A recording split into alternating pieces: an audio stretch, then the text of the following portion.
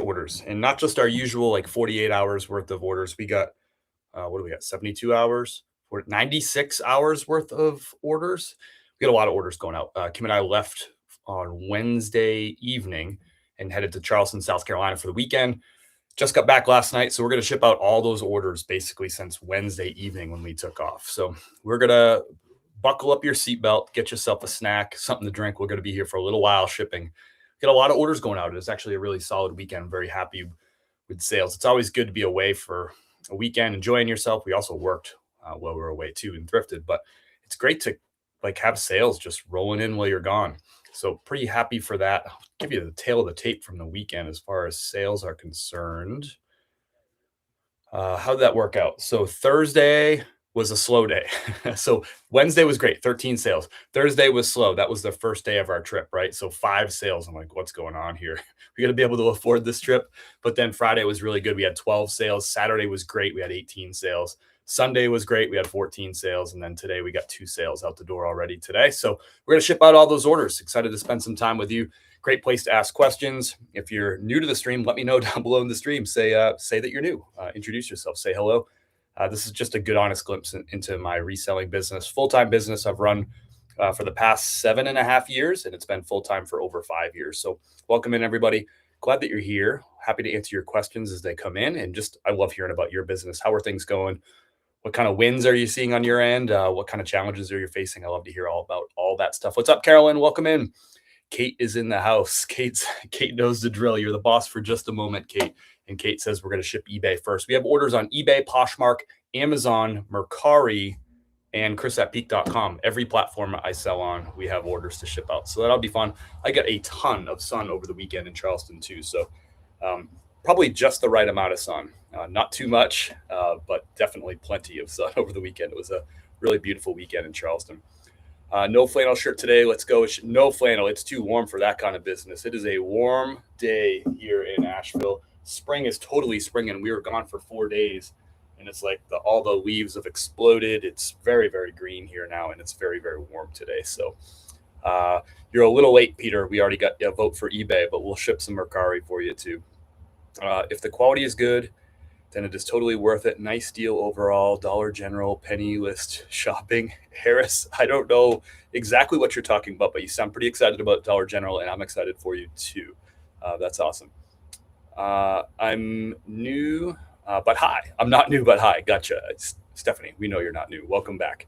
I look forward to your lives and your YouTube corpse every week. I watch them till the very end. Well, thanks so much, Stephanie. I appreciate that so much. Yo, what's up, future 6-figure? Oops, typo. Gotcha. Yeah, I think I saw the typo. No worries. I think I picked up what you were putting down. Started picking up Columbia in bulk. Nice, Don. Like it. Any Columbia orders? That's a good question. Yes, at least 2 Columbia orders that I can see. All the sales are here on the floor, in case you're wondering why I'm staring around. Where are the vintage tees at? I don't know. I don't have any vintage tees, brother. Good afternoon, Edward. How are you, man? How are you? So on this little trip, it was a mix of thrifting and fun. We ate and drank all over Charleston. We rode beach cruisers, little bikes along the water. We had a really great time. But we met a couple of friends of ours from Florida, Megan and Boo. And, you just talk shop, talk business. My friend Megan's a realtor, so she's always talking shop. She's got her own business. And, they were talking about, like, what we pick up and, like, what I specifically look for in my business. And just talking about, like, rare, unique things. And, like, rare, unique things are fun. But the challenge is that rare, unique things are few and far between, right? I'm like, my business is founded on very normal, everyday items that people buy every single day that are in style, that people want, like, brands that are everywhere and people buy every single day. So it's a lot of, I don't know, in a lot of ways, it's a lot of boring everyday stuff. The vintage t-shirt bros probably don't enjoy watching me because I'm not finding these real, I found a really awesome piece. I can't wait to show it to you. I'm going to do a video about it. I'm going to drop a YouTube about Charleston this coming Sunday.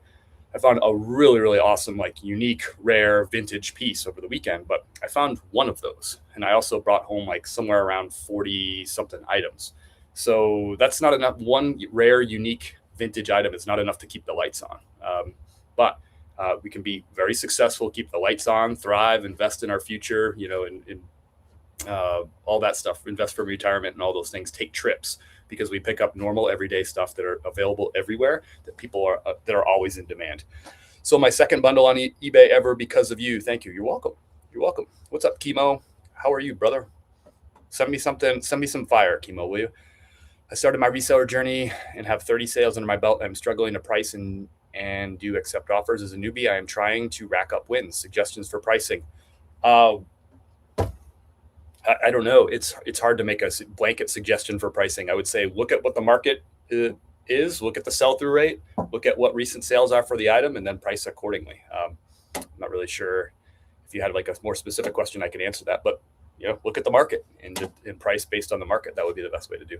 Are you planning for retirement? Sure am. Have been since I started investing when I was 20 years old for my retirement. So that has never stopped all through this journey, for sure. Welcome in, everybody. Glad that you're here. What did I miss? Drop your questions down below too. I'd love to hear about like what's selling in your business. What kind of wins are you experiencing? If you have questions, comments, concerns, I'll do my best to answer them. If I don't know the answer, I'm going to tell you I don't know. But maybe there'll be somebody else in the chat that will know the answer to the question. But yeah, like asking about pricing, just really broadly, it's like how do I answer your question about pricing items? I have like something like 40 or 50 sales in front of me, and they're all priced sort of differently based on the market. So just we're in the market. But I love hearing your questions and happy to answer them. Let's jump in. We got to vote for eBay. So we have a lot of eBay orders. eBay was crack-a-lacking. Every day but Thursday was crack-a-lacking on eBay. So we have a lot of sales to ship out. So buckle up. I'm going to probably try to move fast, but you're probably going to try to derail me and slow me down. And I appreciate that back and forth. Can you use your bread and butters? I'm not sure what you're asking. Can you clarify that question? I'm not sure what that means.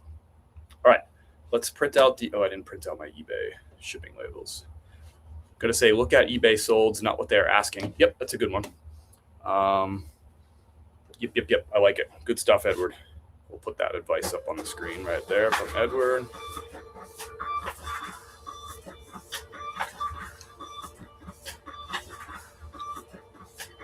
Very warm start here in Asheville today. We had some great weather in Charleston. I'll tell you what, that city is a lot of fun. It is beautiful. Love the old architecture, love the history. And the weather was great because every time it got hot, you got that ocean breeze coming in that kind of like, I don't know, cooled things down a little bit, especially in the evenings, like some nice cool evenings. What's up, Crystal? Happy Monday to you. Welcome in. Glad that you're here. All right, so we're going to get these eBay orders cooking first. Let me just get all set up here. So first order is for Thomas. Cool. Man, we got a little bit of everything going out the door. We got some like summertime essential types of pieces going out the door. We have jackets going out the door. We have jeans going out the door. A lot of new tags, a lot of used. I have some really great sales that are like old sales. I'm always happy to get rid of those. So items that I've had forever, I priced them down and finally got them sold. Like a lot of old items, like inventory, stuff from 2025, stuff from 2024. Those are awesome. Are you drinking Hennessy? I don't drink. Hennessy is not my jam, Don. I do not drink Hennessy. Not my thing. Did you have time to squeeze in some thrifting in Charleston? I did. Yeah, absolutely. I did. Went to 4 thrift stores while I was out there. I thought it was pretty solid. Was the thrifting, was my experience at thrifting great? No. Was it bad? No. It was somewhere in between. Just good old fashioned thrifting. Got some good stuff. Got some bread and butter, and came home with some things to list on eBay and Poshmark. So I'm happy with that. No complaints on my part. And yeah, definitely had fun thrifting. Good pricing in Charleston at the Goodwills, which is nice. All right, first order is for Thomas. This is Levi's. Levi's tend to slow down for me. I always say like right around April 15th. Here we are sitting on the 13th, and I got some eBay. I got multiple Levi's. I think I have like 5 Levi's sales going out the door today. So, but they do tend to slow down a little bit April 15th, and then they'll pick back up in September. So got a pair of Levi's 569 loose straight, very in style pair of jeans right now. Everybody wants that wide leg, the loose fit. So these 569s are also size 36, 34, which is a good size in terms of sell-through rate. These sold for $24.99 on eBay. I paid $6 for them at the thrift store, and they took, how long did they take to sell? Wait for it. They took 5 days to sell. So listed these last week, sold them in 5 days, out the door. Love it. How are sales on your end? What are you seeing? What kind of trends are you seeing? What brands are popping? What styles are popping for you? All right, so this first one is for Thomas. Where are you, Thomas?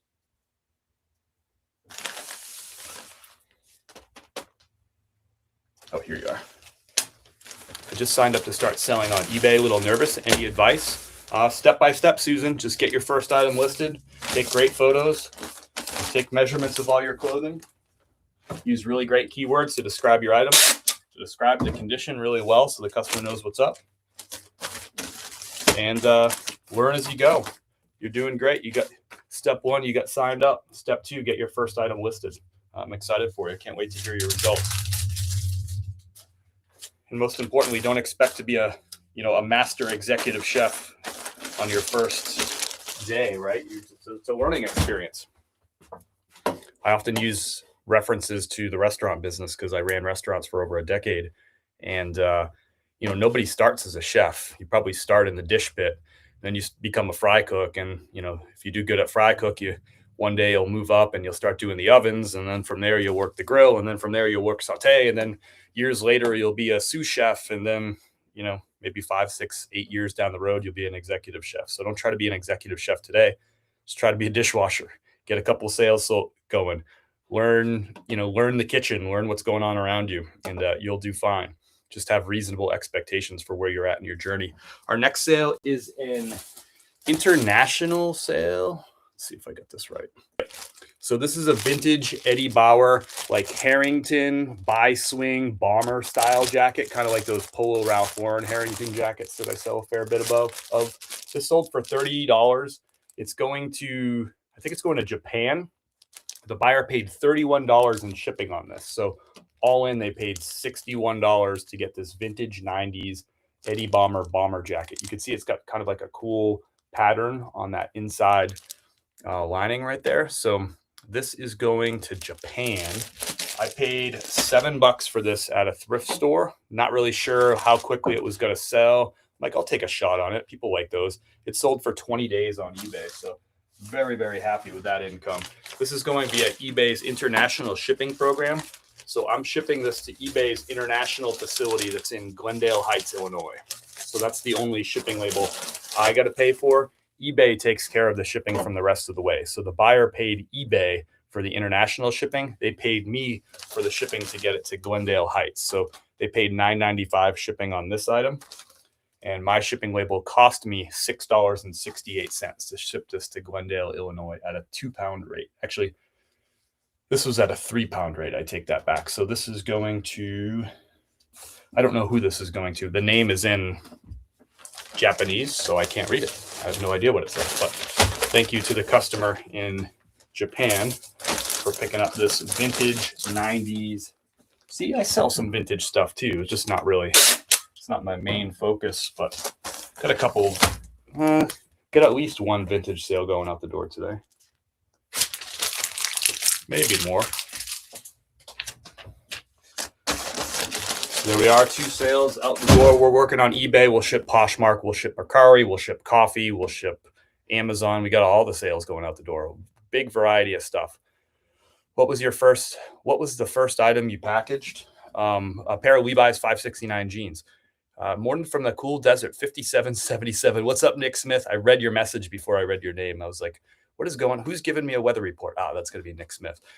What's up, Donna? 8% fuel charge on Mercari coming. Do you think it'll go across platforms? I do flat rate shipping. Do I have to update? Donna, I have no clue. I haven't read the tea leaves there. I would guess we'll probably see shipping increases. eBay, obviously your shipping prices are going to increase based on USPS. I'm not sure what the contract with Poshmark is going to be. So yeah, might things go up? I'm not sure.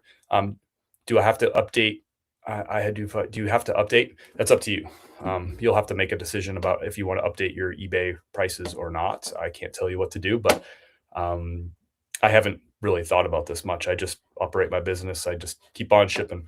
I don't really, people like to freak out about like shipping prices and like thrift store prices. They like to like wig out. And I'm not saying you're wigging out, Donna. I just, whatever, I just keep moving forward with my business. These things happen. The prices on shipping have gone up every single year I've been in business. Most years they've gone up twice. So I just don't put a lot of like mental energy into it. I just keep on buying stuff, keep on shipping stuff. Found some Ariat M5, Ralph Lauren, Varick Slim Fit, and Rank 45. I thought they would move, but slow. Maybe it's my wording and description. I don't know. I'll figure it out, hopefully. Yeah, it's hard for me to say. I can't look at your listings, but usually when people ask me about like what's wrong with their listings, it comes down to photos, keywords, and their promotion strategy. So I would take a look at your photos, compare your photos to your direct competition's photos. So look at other people who have Ariat M5s who are actually selling them and say, are their photos better than mine? And if they are, you have to make yours better than theirs, right? It's a competition. Just because you pick up good items doesn't mean you're going to sell good items. And I hear every single day, I get comments on videos, on posts, multiple every single day. They say, you sold that item, but I can't move it. I can't even get one person to look at it or like it or nothing. And this game, you got to get good at three things. The first is you got to get good at finding good in-demand items, right? Number two is you got to get good at selling good in-demand items. Those are two separate skill sets. The third is you got to build efficient systems for both listing and sourcing. You got to build some efficiency into your process. Those are three separate skills that you got to get good at as a reseller. I don't know anything about your business, Thrift Bliss. Maybe you're great at all three of those things, but sounds like you found some great items. I think what's in question here is, have you done a great job presenting those items for sale? Are you doing a better job than your competition? That's all that matters. Doesn't matter if you think it's great. It matters is it better than your competition on those very same items? So take a look at what their listings look like, the people who are actually selling the items, and try to figure out, are theirs better than yours? Why, how, and make yours better than theirs. That's my best advice right there. Welcome in, everybody. Hope you're doing well. We are shipping out orders, just getting started. Order number 3 right here. We have a Tommy Bahama. This is a really, really great pattern. It's kind of got this gradient pattern. And at the bottom, it's got like this tribal thing. You're not going to be able to see it all, but bright colors, great pattern, 100% silk. This is what you're looking for in Tommy Bahama. The problem is this had a little stain on it. I noted the stain in the item title, the description, and in the photos, I did a close-up photo with a pointer pointing right at wherever the flaw was. And it took a little while to sell because of the flaw, even though it's a brilliant pattern.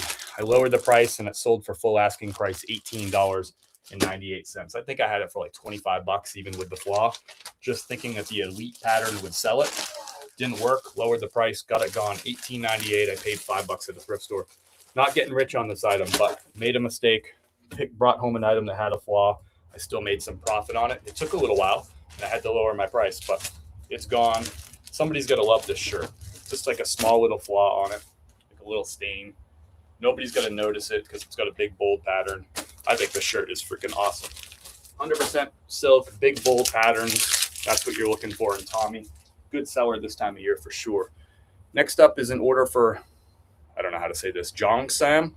Just a good old bread and butter piece right here. It just went out the door on a nifty best offer. I had it listed for $19.99. The buyer, Jongsam, came in, watched the item on eBay. 10 minutes later, my cross-lister Nifty sent a 10% off automatic offer of $18. That closed the deal, and this is going to Portland, Oregon. And remember, I was on a trip. I was away. I wasn't looking at my phone a lot. I was in Charleston, and it's especially great when you're traveling and busy or whatever to have an automation tool like Nifty to take care of sending those offers for you. So I don't have to constantly check my phone to see, do I have likers? Do I have watchers on my items? Those sorts of things. Just let Nifty take care of it. All my delisting and relisting every day, just let Nifty take care of it. I had a really busy week while I was gone, or really busy 4+ days while I was gone. I didn't list a single item. I didn't push a single draft. I didn't do anything. I just thrifted while I was out there, and I had all my content scheduled before I left. So I didn't have to worry about all this stuff, and the business cranked out. I mean, 18 sales on Saturday, and I didn't have to do nothing. I mean, sure, I had to like respond to a couple offers, but you get what I mean. I wasn't like dug in, like pushing drafts, listing items, all that stuff. I haven't listed anything since Wednesday. Wednesday morning was the last time I listed anything. Next up is for Roman. Got a brand new pair of Adidas kind of trefoil track, like nylon wind track pants. These, I got a whole bunch of these. These sold also on a nifty best offer, $32.40. I think they were listed for like maybe $36.99 or something like that. But nifty best offer, $32.40 on this. This is going to Roman in Sandy, Utah. Welcome in, everybody. Hope you're doing well. Hope you had a great weekend of sales. Hope you got into some fun stuff over the weekend. Do you sell your vintage items on Etsy? I don't have an Etsy account, Michelle. Happy Monday. What's up, Deborah? How are you? Brian's in the house. Welcome back, brother. Always good to have you. I am doing well. Got a lot of sun over the weekend. Spent some great time with some good friends. Actually, my friend, we met our friends Megan and Boo. Megan I have known since I was like 2 years old. She is one of my oldest friends in the whole world. So it was great to spend time with her. I've known her husband for, gosh, probably known her husband now for over 20 years, close to 25 years. So old friends, go way back. No secrets with these people. So it was really great to spend some time with them over the weekend. I really love Charleston. Couldn't have asked for better weather. Not a drop of rain the whole time we were there. Wasn't too humid, wasn't too hot. Got nice and cool in the evenings, which I like. Where are those? Okay. Next up is an Adidas. I bought a whole bunch of these retail clearance. I wasn't really sure about these. It's an all over print Adidas trefoil. I don't know if you can see like the trefoils all over, but all over print. Retail is $100 on these. And this one sold for full asking price, $44.99. So the buyer's getting a great deal, 55% off retail price. And I think I paid something around like $14 or $15 for these and had like maybe 6 or 8 of them. And they've been selling well. So this might even be my last one. I'm not sure. But some nice one here. Love that flip. Of course, you know I love the multi-quantity items that I find retail. Vineyard Sirens in the house. Welcome, Vineyard. Sorry I missed your comment on the way in. Good morning, Jay Kotz. Jay Kotz is in the house. Welcome back. Always good to have you. If you're new to the stream, this is your first time joining, say hello. I'd love to hear from you too. Got a lot of regular folks in the house. People have been reselling for a long time. We got a lot of newbies in the house too, which is cool. We got some new subscribers. We've been gaining a lot of new subscribers on YouTube over the last month or so. So welcome to all of y'all.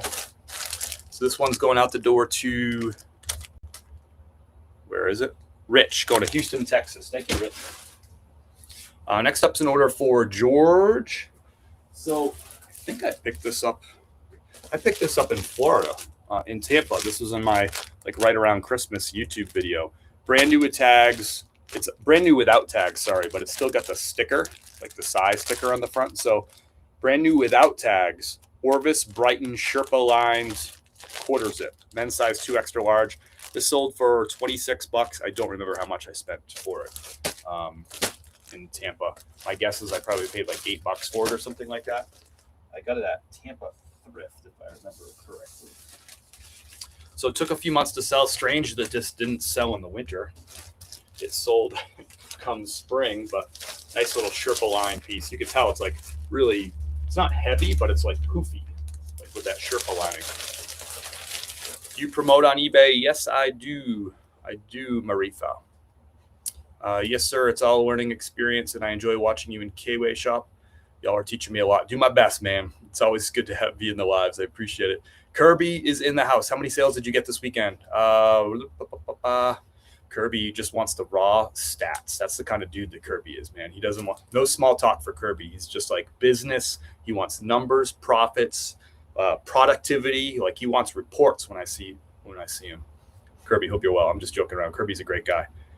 Kirby thrifts in my neck of the woods. I bump into him in Charlotte. I bump into him here in Asheville. He's all over the place. He's a hustler. How many total sales? All right. Wednesday 13, Thursday 5, Friday 12, Saturday 18, Sunday 14, today 2. There you go. Add them up. Next up is so this is going to George. How was your weekend of sales, Kirby? Things doing good? I was away for the whole weekend, so I'm shipping orders all the way dating back to Friday evening. We were in Charleston for a long weekend. That's why I'm giving you numbers from the long weekend. I have the whole floor is covered with orders that we're going to be shipping out. We're going to be live for a little bit. I should move and groove here. I got to pick up the pace a little bit, or else I'm going to be here until 7 p.m. tonight. The right brand, again, Kirby, hope you're well, buddy. The right brands will sell even with flaws. Just sold a Patagonia cashmere zip-up sweater with 2 holes, 1 big for $67. Photos and called out the flaws. Nice, Deborah. Great sale on that. I love hearing that. Followed your advice, went shopping at the Knoxville Carm, walked out with 2 bangers, those silent sleeper brands and items. Thanks for showing how to shop the hard spots. That's nice, man. Carm's a tough store to shop. I went to, what did I go to, like 3 of those when I was out in Knoxville. It is a tough place to get in, especially if you're looking for bulk inventory. It's a tough place to get inventory. They're just so expensive, but if you can find like the sneaky good stuff at Carm, you can make yourself some money. You just got to outsmart the thrift store sometimes. Thank you, George. That's going to White House. Is that it? White House Station? White House Station, New Jersey? Never heard of that town. White House Station, New Jersey, that's going to. Next up is for Brian. Thanks, Brian. Levi's. Brand new with tags. Levi's corduroys sold full asking price, $45.99. I paid $16 for these. Retail clearance, so $16 buy cost, sold for $45.99. I've sold dozens of these like over the last year or so. I bought a ton of them back in 2024 and sold most of them. A couple of them took a little while to sell. That's what happens with retail arbitrage. You get stuck with a few. But actually, I think this was a more recent pickup. I ran into like another small lot of them recently. So we're selling a good mix of stuff. I mean, I just sold like a wintertime Sherpa fleece. I'm selling some corduroys. We sold jeans. We're going to ship a ton of golf polos today. We just haven't got into them. I guess I just shipped one of them. A ton of golf polos, a lot of new with tags, a lot of used. Everything was kind of popping off. A lot of jeans, a lot of Levi's. I might have sold 6 pairs of Levi's over the last few days.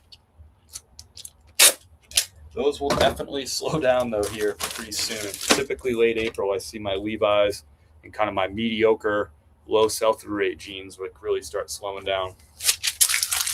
So these are going to Brian in Arlington, Virginia. All right, next up is going to just down the street to Rutherford, North Carolina. This is probably about, Rutherford's probably about, depending on which way you take, probably around 35 or 40 minutes from me, Rutherford. So brand new with tags. Jordan, bought a handful of these. It's got a little, look at that, like a little AJ1, Air Jordan 1 sneaker, little patch on the chest. Just otherwise a very, very simple plain shirt. These have been selling pretty well. You can see the retail price, I think, is $52 on this. And buyer paid $22.99. I paid $10 a piece for these. Again, multi-quantity listing, had a bunch of them. They've just been selling off. I picked these up in February. And they've been trickling out the door. And this is a men's size medium, if you care, going to Antonio. Thank you, Antonio. A fellow North Carolinian. I'm a data guy. Yeah, I was just giving you a hard time. You're a good chat, if that makes sense. You're a good communicator. You're a fun hang at the thrift store. Sold 2 leather jackets last week. That's awesome, Donna. What did I miss here? I missed nothing. Do you ship your blazers in poly bags or boxes? Matt, I ship them in poly bags, but there's no wrong answer to that. You can ship them in boxes too, if that's your jam. We're going to ship a couple of blazers actually today. And on YouTube, if you want to, Matt, you can watch. I have a video about reselling blazers from start to finish. I show you what I'm looking for in blazers at the thrift store. I take you shopping. Take you back to the house. I show you exactly how I list them. And then I show you when they sell. I show you exactly how I pack and ship them all out and stuff. So if you're interested in that video's on YouTube. You can find a link directly to my YouTube by clicking on my name on Instagram and just you'll see that YouTube link. Just go to my profile and you'll find it if you want to check that out. It's like a 30-minute video, just like a full walkthrough of how I do blazers. Next up, Levi's 511. These are the slim fit. Got a black color here. These sold on a best offer $20. I paid $5 for these at a thrift store, so $5 into 20. Buyer paid $8.95 shipping. My shipping label cost me $6.68, so made a couple bucks off shipping too. Probably like a $13-14 profit on this item right here. Not getting rich, but I sold 225 pairs of Levi's last year. This year I'm on a pretty similar pace, maybe a little bit ahead of last year. So just good bread and butter brand right here for me. This is going to Jeff. Thank you, Jeff. Jeff's in Bethalto, Illinois. We might have enough orders. We won't get all 50 states, but we might get close today. We got a lot of orders. Gotta switch my tape.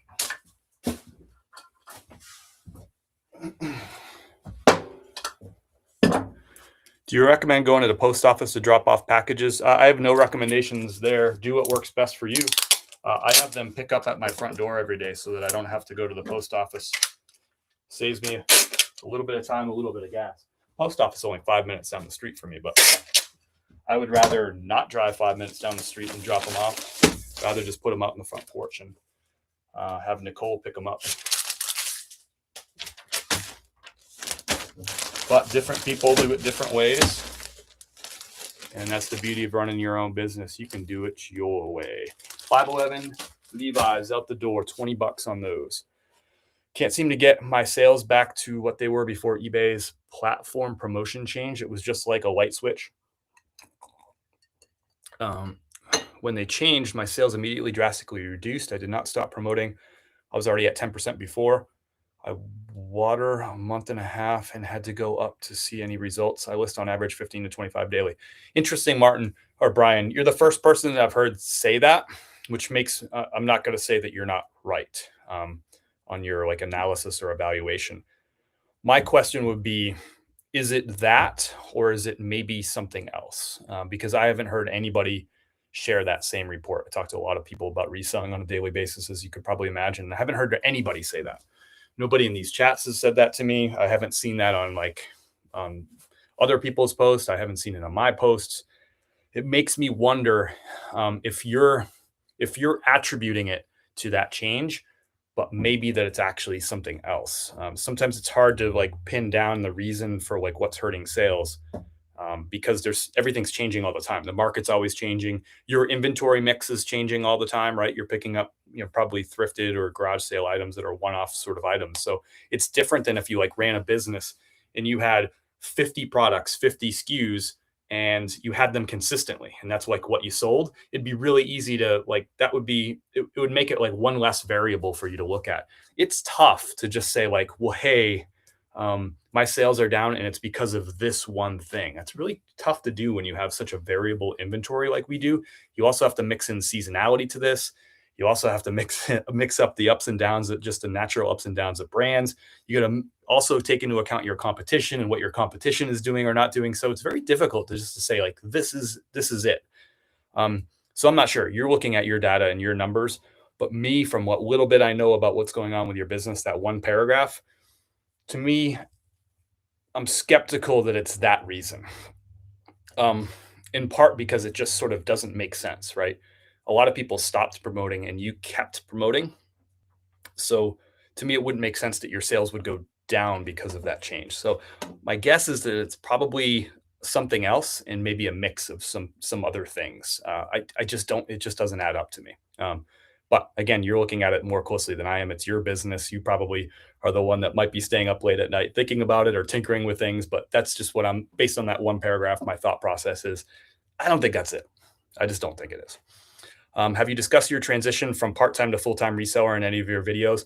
Probably, but that transition happened over 5 years ago. So you might have to dig back pretty deep to see that transition.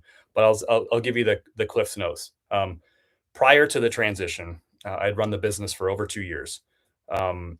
Prior to the transition, I didn't take any money out of the business. I built up a business bank account with all the profits from 2+ years worth of selling on eBay in Poshmark. And yeah, because I had a good full-time job that was paying all our bills, paying the mortgage, investing in our future and all that stuff. So when I quit, I had zero debt except for our mortgage, and I was in a very stable financial situation with a lot of money saved up for rainy day stuff. Um, so that's an important part of it. And I still felt the weight on my shoulders big time when I quit my full time job. I've ran part time businesses for years. I had a part time career coaching practice that I ran in addition to my full time job for, I think, like maybe 4 years. 4 or 5 years prior to quitting my full time job. So I was very used to having a part time business on the side, a side hustle, so to speak, right? Um, but I had never been full time before. So I definitely felt the weight, but I crushed. I just worked really hard from December when I left my job till March to basically like double my listed inventory and essentially double my sales at that same point, at that same time. So that's like the quick Cliff's notes of that transition. But I definitely felt the weight. It wasn't like stress free. It wasn't carefree. Like, hey, I work for myself right now and everything's glorious. No, I had to really work hard to build up my income, and I felt the stress of all that. Sounds like you're thinking about that, and I'm excited to hear your thoughts on it and hear your progress as you make that transition. If that's what you're thinking about, I think you are. Next up is a full Ralph Lauren pair of slim fit chinos, just a classic pair of Ralph Lauren chinos, and these are size 32 by 34. Sold on a nifty best offer, $25.20. I usually list these around like $27, $28.99. And how long did this take to sell? Do you leave feedback for your buyers? I try, but I often forget and I can't keep up. David, I have it set up to automatically.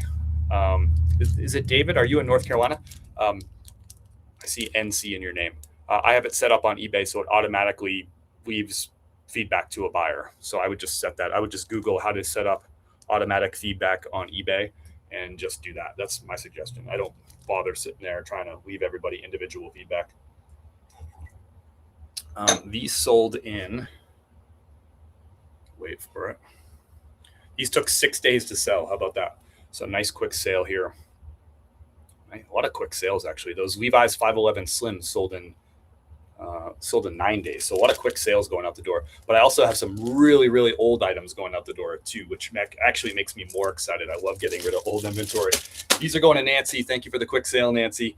Again, a nifty best offer. So my cross-lister Nifty sent a 10% off offer 10 minutes after Nancy liked this item. Sorry, watched the item on eBay.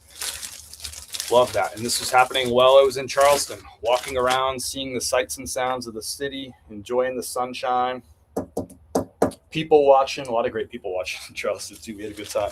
We stayed right downtown. So it's great having a tool like that so that when you're busy enjoying your life, you are still making sales, especially those of you who are full-time with something else, full-time raising kids, full-time with another job. Isn't it great having automation tools that kind of take care of things for you? A lot of people think like Nifty is for full-time resellers. I'm like, I think it's even better for people who are part-time, because you have other priorities that are making you not look at your eBay constantly. And that's a good thing to have some automation tools run some things for you, give you some time back. Next up is a Walter Hagen polo right here. Not a brand I buy and sell a ton. I got this like super, super cheap. I think these might have been like $4 or $5 brand new with tags. You can see the retail on them is $70, but Walter Hagen is not a great brand. This sold on a best offer of $17.99, brand new with tags, really nice pattern, and a good size, men's size 2 extra large. So don't go running out of here buying a bunch of Walter Hagen. This is brand new and it sold for $17.99. So you can imagine what used ones tend to sell for. I don't buy and sell used ones. And a great pattern right here too, right? $17.99, but I bought a whole bunch of these. I want to say they were like $4 or $5 a piece. So multi-quantity listing, not a ton of profit per item, but not a ton of work per item, because all I did was one round of photos, one round of measurements, set the quantity to 16 and just let them rip. And all I got to do is just ship out every one. You see how long it takes me to ship one of these, even with me flapping my gums, talking, watching Kim pull back into the driveway. Kim took today off because we were gone for the last few days. So it's always nice to come back from vacation. We got back late last night. great to come back from vacation and not have to jump right back into work. Here I am though, but it's good to have that flexibility. I'm glad she took advantage of that. Jason. So next up is order for Jason. It's a pair of Nike brand new with tags, like baseball pants. I picked up 2 pairs of these for $5 a piece. You can see the retail is $40. It took a little while to sell. This is the second of the 2 to sell. This one sold. I lowered the price to $21.98 because this had been listed for a while, and it sold for full asking price, $21.98. I paid $5 a piece. So they're both gone. Made some profit on them. Was it the best pickup? Probably not, but even if they sit for a little while, it doesn't mean it's no extra work for me. They're just sitting out there in bins, hanging out, minding their own business. I don't have to feed them. I don't have to buy them clothes. They don't require electricity. I don't have to pay a cell phone bill. They just sit out there for a little while. $21.98, and I paid $5. So still decent profit. Buyer paid $8.95 shipping, and the shipping label only cost me $5.78. So I made another $3 on the shipping label. So probably profit around $14 on this item right here. Okay. I'll take it. That's going to Marlton, New Jersey, if you care. Salt is here. What's up? Time to finally do tax. Yeah, you got 2 days, brother. Good work. Wishing you luck. Hello, do you put your shop on vacation mode when you went away? Also, I set up Nifty to accept offers as well. I changed my shipping time to 2-day handling time on eBay. So all I had to do was Wednesday night, I had to, like right before we left, I had to put my store on time away mode until the next morning. So when I woke up the following morning, I took it off time away mode because anything that sold on Thursday, I had 2-day handling. So that means I had until today to ship those items out. So I literally had time away mode on for like 12 hours or something like that, because I've recently changed my shipping to 2-day handling time. I used to do 1 day. But because I do so many of these travel to thrifts, I need some flexibility because I'm out of town so often, like we were this week. So that was a change that I recently made. I might actually change it to 3 days so I can do some of those longer trips too and not have to do the time away thing. Hope that helps. Also, can I set up Nifty to accept offers as well? Nope, you can set up Nifty to send offers. You'll have to accept them on your own. Marlton, New Jersey, been there. Nice thrifts around that area. Good to know, Carolyn. Thanks for sharing. What do we got here? What happens when you have something listed on eBay, something listed on Poshmark with different prices? How does Nifty handle that? So Linda, I think what you're asking is if you sign up for Nifty and you already have items listed on Poshmark, so on Poshmark and eBay. So on eBay, you have it for $20 listed, and on Poshmark, you have it listed for $22. What does Nifty do? It imports all of your items into Nifty once you connect them, and then it matches up all those items based on using AI to match up their photos and their item titles and says, these two look like the same exact listing. Is that correct? And you're going to say, yep, those are the same ones. And you'll hit the check mark button and it will say, cool. And it will connect those 2 listings. But everything you imported, everything it's taking from Poshmark and eBay, it's going to leave the same. So it's still going to leave it on Poshmark at $22 and eBay at $20, and it's going to leave those prices the same on there. If you want to adjust the prices right through Nifty, you can do that nice and quickly now too. They just made a nice little update to make price updates really, really quick, which I love because I've been doing a lot of price updates lately. So anyway, I hope that helps. But if you import everything, it'll just import it exactly the way it is and pull it into Nifty. So your listings will stay the same. They won't change. Whatever prices you did, if there's differences on the listing, they will stay different. Nifty is my part-time friend. I like it, man. Why does eBay charge sales tax for food items? I thought food is sales tax free. Depends on this. Every state, municipality, and county has different rules about taxes. So we pay sales tax on food here in North Carolina. So it just totally depends, right? Like Henderson County, the county that we live in, could charge on food, but also they could have a separate tax on food too. But the next county over, Buncombe County, they can do it totally different. So, but yeah, we pay sales tax on food in North Carolina. So, and sometimes it's like different rates for different types of foods. So you gotta like a soda might be different than like a steak. So just Google it. You can Google, I don't know what state you live in, Mendy, but just Google your state, your county, and what they charge taxes on and how much they do. Desert Rain's in the house. Welcome back. Good to have you. Faith is in the house. Always good to have you, Faith. Hope you're doing well. Already got to that one. Does 2 or 3 day change your top seller status? I don't think so, Vineyard. I don't think so. Thank you. Which Nifty one do you use, the basic or Linda? I use the one that's $69.99. So it's full automation and full cross listing. That's the plan I have, $69.99. Hope that helps. I'm glad I watched your channel. AI told me not to pick up a Joseph A. Banks Traveler Tech, but I know you sell them all the time. I paid $610. Nice. Yeah, I like the Traveler Techs. It's not a high sell-through rate item, so it just kind of depends on your business model. What sell-through rates, are you looking for? I mean, a 610 buy cost is great. You can price at the bottom of the market and have a really good sell-through rate. But how do you use AI to make decisions for you on sourcing? Honestly asking, I've never considered using AI to make sourcing decisions for me. Is there a certain platform that you're using, and like how exactly, like walk me through, like how does that work? How do you do that? What's up, Tej? Hi, Chris and Kim. I am a grandmother for the fourth time, first time grandma to a girl. Wow, that's congratulations. I'm very excited for you. When did this happen?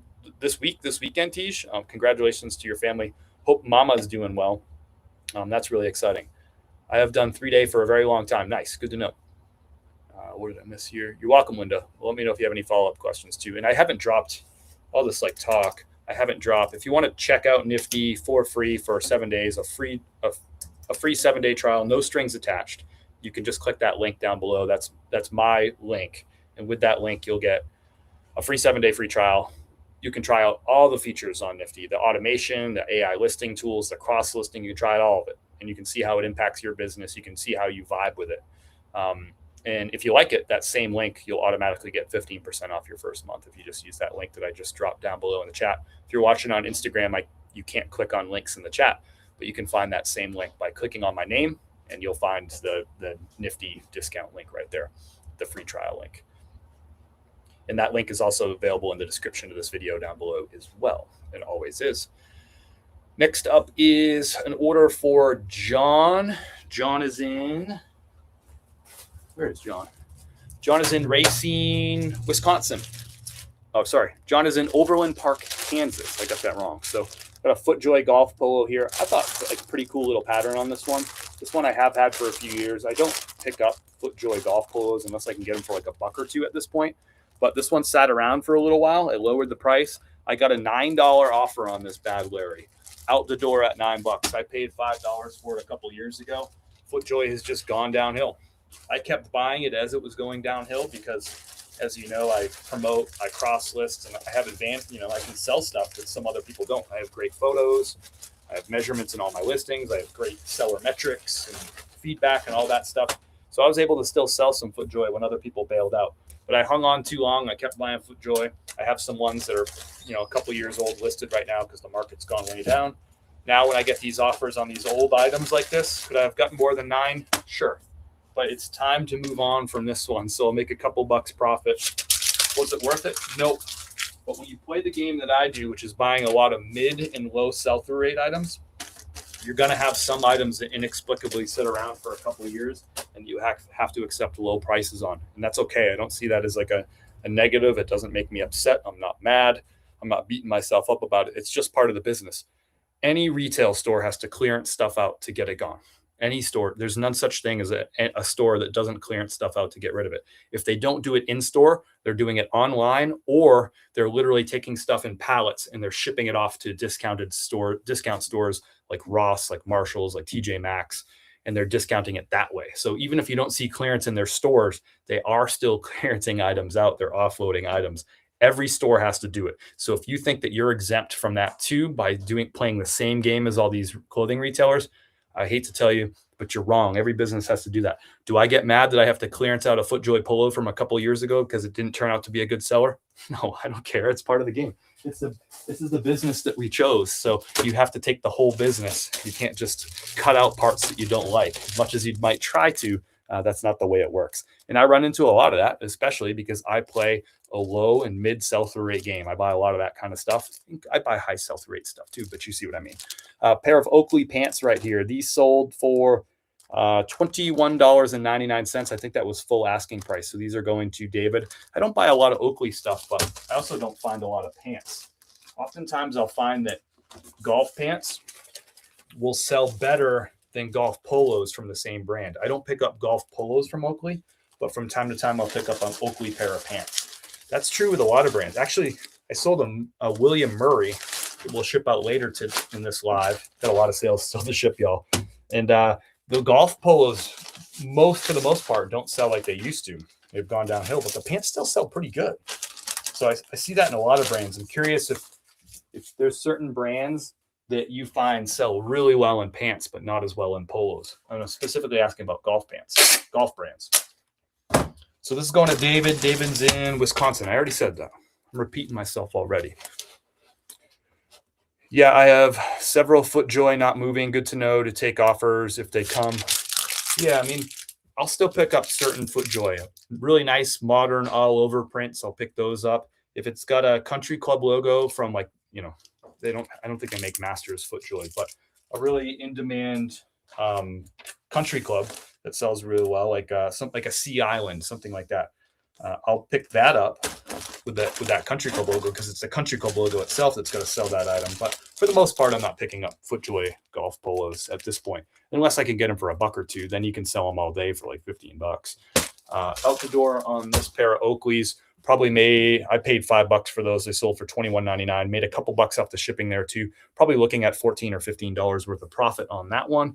Next up is an order for Douglas. I totally forgot picking up this item, which means it might have been in inventory for a while. So this is a wool polyester, like a wool and fleece blend quarter zip sweater. And you can see it's got a two-tone thing going on here, like a color block, black and gray, men's size large. This sold for full asking price, $28.99. This is going to North Conway, New Hampshire, one of my favorite places in the world. I love that North Conway area, so that's cool. It's up by Mount Washington and Wildcat and all those great mountains to hike and climb. So that's cool. Anyway, $28.99 going to New Hampshire. I paid $5 for this piece. How long did this take to sell? 146 days. So it took just about 5 months to sell. So there you have it. I don't remember buying it. I don't remember anything about this piece. It's like the first time I've ever seen it. You ever have that with items? You're like, I don't remember this thing at all. But it's interesting. It's a wool and fleece blend chrono. I've never seen one like this.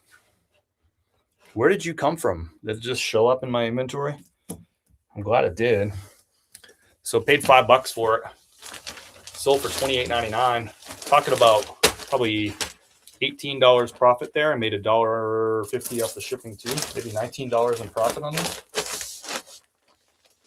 I'll wait 5 months for that. Don't bother me. I had someone on one of my photo posts over the weekend. I sold a blazer that I paid $10 for. I sold it for $45. It took 90 days to sell. And the guy was like, I'm not picking up anything. It's going to take 90 days to sell. I'm like, that's fine. You do you. And someone's like, why wouldn't you? Like, that's a great return on investment. 10 into $45. Like, why would you not do that in 90 days? And the person was like, I would rather invest that $10 into something else. I didn't reply to any of this. I don't care about these people. But, my thought was like, yeah, sure. I'll invest that money into something else that'll sell faster too, $10. And I'll use $10 to buy this thing that will sell in 90 days. My budget isn't limited to $10 a month. I can buy both of the things. So I don't know, maybe some people have a really limited budget where they can't buy both, where they can't afford to buy something that will sit around for 90 days. Like they don't have the cash flow to do it. I'm good. I'm not limited by a $10 per month budget. I can buy both $10 things and invest one in something that might sell in 20 days and invest another $10 in something that will take 90 days to sell. So, but I guess that's the advantage of just building up the business over time. And I have a monthly budget that I can spend thousands of dollars. Some months I've spent tens of thousands of dollars on inventory because I have the cash flow to support it. And just, a business bank account to support it. But this idea that I wouldn't buy both is kind of wild to me. Like, why would you not spend $10 to sell something that's going to sell in 90 days for $45? It's a great return on investment and honestly great speed. If you're going to be a clothing reseller, you're going to resell clothing for a living. 90 days is not long because you have the seasonality of the world too, right? Like you have 4 seasons and people buy different things in different seasons. So it's crazy to me to think that somebody would not buy something. If I said to you, look, you're going to buy this thing at a thrift store, it's going to cost you $10 and it will sell in exactly 90 days for $45. Would you say no to that? Who would say no to that? I'm honestly curious. If so, maybe clothing reselling on eBay and Poshmark might not be the right move for you. I love clearing out old things and getting at least my money back, even better with a little profit. There you go. When's the Charleston VIN dropping? That'll drop on Sunday, brother. Sunday, 11 a.m. is when I've been dropping my YouTubes. I haven't even sat down to edit it. It literally, last day of filming was yesterday, and we got back last night at I think we got back at 10 o'clock or 9:30 last night or something like that, late. It was dark out. It was scary. I used 3-day shipping. I was at the lake for a week, made a quick trip home on Wednesday to ship, then returned to the lake, 10-day vacation, and didn't close the store. I like it, Dijon. Nice work. Nice work. What lake are you at? That sounds really nice. I want to be at the lake. Here I am. I just got back from a trip, and I already want to go on another one. I want to go to the lake. Next up, pair of Bird Dog lined shorts, men's size 2 extra large. $27.05 on these right here. $27.05. And let's see what we got here. How long did those take to sell? I picked up 3 pairs, 2 or 3 pairs, I forget now. Anyway, the first pair sold in 11 days. I still have 1 or 2 left. $5 a whack on these. So nice profit right here. Probably something around $18 on the profit here. And 9 days, we'll take that. We'll take that. I just sold a FootJoy that I picked up when I started selling on eBay and was learning. Feels good to sell it. Nice. Getting rid of that old inventory, Dawn. I like it. I am here for that. We have a lot of that stuff coming up too. I guess I showed you one of them, but there's a lot of stuff that I was pulling out of bins that were at the very bottom of bins. This is stuff I haven't seen in a long time. So I love that. I love getting rid of that old stuff. So this one's going to Midlothian, Virginia. I don't know if I said that right. I've never heard of that town before either. So thank you, Gene. We are filling up this bin full of stuff. Got another bin. I'll have to open up that. Next up is for John, Masters Polo. We're not even halfway through these sales. We're going to be here for a while. We got 4 days worth of sales. Bobby Jones, check this out. Masters logo right there. As we were eating and drinking our way around Charleston, we stopped a bunch of different places, always checking in on the, what was happening with the Masters. It was fun to kind of watch that and talk that. And Charleston, people were everyone was wearing Masters polos, Masters t-shirts. One server at the restaurant we went to for breakfast yesterday was wearing the full onesie, the caddies wear, full white onesie. Looked legit, logos and everything, and he had his name on the back, they do at the Masters caddy. It looked like a legit one too. I don't know if maybe he bought it off eBay or something, but people were in it to win it. I think there was guys trips. Seems like guys were let's go to Charleston and watch the Masters, guys trip kind of stuff. But there was way more girls trips. Bachelorette party, girls were outnumbering guys on the downtown. What is that strip there? King Street. It was crazy. We're for every 10 humans, it's 8 women and 2 men, girls, the young people, that were going out and partying and stuff, going to the clubs that we weren't going to and all that, lining up outside those clubs. It was just wild how many groups of women, groups of 4 women or groups of 20 women, out on bachelorette parties and stuff. It was just really interesting to see. So if you're single and you're 20 to 30 years old, go to Charleston. There was just so many women, so many girls there. It was kind of crazy. Bobby Jones, Masters, made in Italy. Cool piece right here, little polka dot red. Sold for full asking price, $25.99. I sold a couple Masters pieces over the weekend.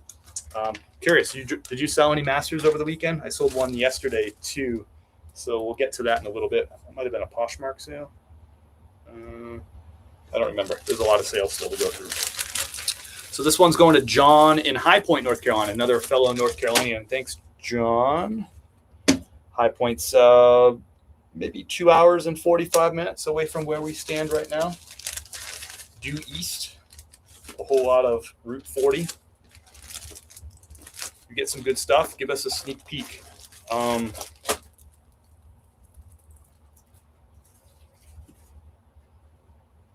This is all you get. This is whatever was on the top of the pile. A pair of Page men's jeans. These are the Lennox men's Page Lennox jeans. That's what's on the top of the pile. Dude, I got too much stuff to ship out today we'll start doing sneak previews of all of my haul. This is going to take me still probably another hour or so to ship all this stuff out. So thank you, John. Little Masters piece headed your way. Congrats to Rory, 2 straight Masters. How about that? I did not have that. That was not who I would have picked to win. In retrospect, I was wrong. Carhartt, men's size 40 by 32. You can see the Carhartt logo here. The model number on the inside. They're so easy to comp Carhartts, y'all. There's a model number on the inside cloth tag. It says BN2291-M. Just enter Carhartt and that. Search eBay for that, and you'll find the sell-through rate, and you can find the average sale price. These sold on a best offer, $22.99. I think I had them listed for $24.99. The buyer offered $20. I countered at $22.99. Closed the deal. So paid $5 for these at a thrift store. These are also going to North Carolina. These are going to Newton, North Carolina. My state is rocking today. I think that's our 3rd North Carolina. Back-to-back North Carolinas too. Not all Carhartt's probably worth your time. As some people think all Carhartt's great. I would disagree with that statement, but just look up that style number. Really easy to do. I know my man Kirby's looking up style numbers. He probably has that one memorized. Only one Masters polo left for me. I should check and see if I have any. Fun fact, candy is taxed at the regular rate unless it has flour as an ingredient, and then it is taxed at the lower food rate, at least in Guilford County. Good to know. Good to know. Every county can be different. Every state can be different. That's going to Sonia. Thank you, Sonia. Going to Newton, North Carolina. We got one going to Monson, Mass. This is going to Bill. What did Bill get? Pair of Lucky Brand. The model here is 223 straight Lucky Brand jeans, and these sold in 46 days. 46 days on these. I paid $7 for these at a thrift. No. Yes, I paid $7 for these at a thrift store. Pair of Lucky Brand. Took a month and a half to sell. Sold for $24.99. These are the 223 straights. 46 days on these. Impressive amounts of jeans and pants today, to be honest with you. It's springing. These are going to Bill. I think that's our first Massachusetts order of the day. What are your favorite North Carolina cities to thrift? I mean, Asheville, so I don't have to drive very far, but I don't know. Beyond that, I don't know. I like them all. I just like thrifting. I don't know that like there's one that I'm like, I go here and I just do really well. I like thrifting where it's convenient. So I like thrifting in Winston-Salem because our family lives there and we visit a lot. I like thrifting in Asheville because I don't have to drive very far. And it's convenient. I can do it on the way to other things and stuff too. So I don't know if that helps, but next up is an order for Brandon. Brandon, this is, I can't remember the last time I've said this order or said this term. We got a viewer sale right here. So this is going out to Brandon. Thank you so much, Brandon. It's probably been a year or 8 months or 10 months since the last time I've said, I got a viewer sale. This business just doesn't lend itself. I think, our followers, they're looking to learn reselling. They're not necessarily looking to buy stuff from our store, but I appreciate Brandon for picking up this shirt. He said it's a birthday present for himself. Those are the best, right? So this is a cool shirt. He got a really nice deal on it. $18.89 on a cool short sleeve button down shirt. So thank you for your note, Brandon, which I can't see right now, but it said something like, thanks so much for the great content. And, thanks for the birthday shirt that I'm buying for myself. So happy birthday, Brandon. We'll put in a little custom little birthday card in there for you. Really cool. But a lot of people think like, hey, the reason you can sell all these things is because your viewers are buying stuff. It might happen like once or twice a year. It is not how our business runs, but it's great when it happens. I super appreciate it, but that is not how we make our money by selling to viewers. make our money by selling to strangers on eBay and Poshmark to come across our listings. They don't know who the heck we are. So there's that. But Brandon, happy birthday, brother. It's a nice, cool shirt. If this was my size, it probably wouldn't be going your way. So I hope you enjoy it, because this is one of those ones that would definitely stay in my closet if it fit me. Next up is a pair of North Face shorts. Just listed these, gosh, a couple of days ago. And I got a whole bunch of these retail clearance North Face shorts right here. These sold for full asking price, $28.99. I probably have 20 or 25 pairs of these, all blue. And I think I have like 4 different sizes. So there's 4 listings total in multi-quantity. So $28.99. They're called the North Face Flash Dry Action Short 2.0, if you care. And the retail price on this is $45. Whoa. Hi. I am going to chiropractor. I'll be back. Awesome. And then hopefully you'll be done. We can drop your stuff off I can drop your stuff off on my way to meet Kate. Sure. Okay. She hasn't come yet either, so oh, she hasn't. Okay. Well, maybe she'll get some of it. I suspect she will, because I still have but she can get some of it. For sure. All right. I'll see you. Thank you. Kim says hi. Estella is getting this pair of shorts. Thank you, Estella. These are going to Benton City, Washington. I would run my whole business. You know I wouldn't, but I would love to run my whole business on retail arbitrage clearance stuff where I buy multi-quantity items, because I love just making literally 4 listings for 25 items and just letting these things sell. It's so much easier in terms of dollars per hour. But I just don't find enough to make that work.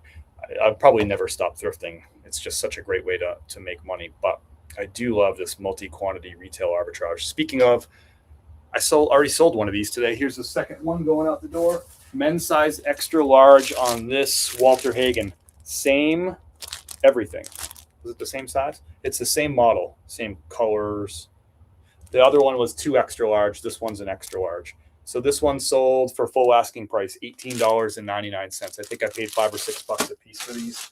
So 2 of them out the door this weekend. Not a great brand. Don't go crazy with your Walter Hagen pickups. This is brand new with tags. It's still only sold for $18.99 plus $6.95 shipping on this.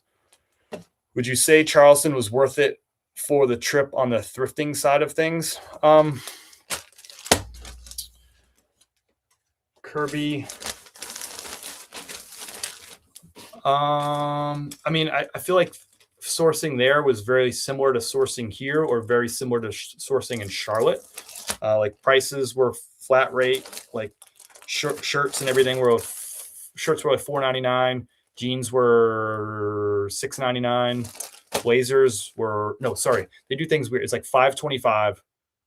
Jeans I think were $6.99, and then blazers were like $6.25. So very similar pricing to Charlotte and very similar pricing to Asheville. The Goodwill is called, I forget what they called the area, the region, but it was very similar. The 4 Goodwills I went to were very similar to shopping all around here. Similar in a lot of respects to the Atlanta area too. I probably averaged like 12 items per store, which is better than what I've been averaging around here in Asheville. So there's that. It seems like they're pretty regularly rolling out fresh racks, and they let you pick from them. So to me, the shopping experience there was very similar to the shopping experience around here. So just for me, it was a 4-hour drive. But for the opportunity to thrift and have fun, and we met 2 of our friends from Florida, kind of the halfway meeting point there, and spent the weekend with 2 of our closest friends in the whole wide world. Oh yeah, you add all that stuff into it with the great weather. Of course, it was worth it. We had a really great time, and my buddy Boo is my bourbon sensei. So it was fun to go to some bottle shops down there. And South Carolina is not a cost-controlled state, so you can find a lot more stuff bourbon-wise than you can find in North Carolina, which is a cost-control state. So it's all like state-run liquor store stuff. So that was really fun to go with my bourbon sensei and also do some bourbon shopping, some bourbon hunting, and yeah, just talk about bottles and talk to shop owners that know their stuff, and yeah, so it was a great trip. It's hard to say, like, if I was just thrifting, I would have gone to more thrift stores, but we had too much fun on the agenda just to thrift. It was overall, it was just a terrific trip.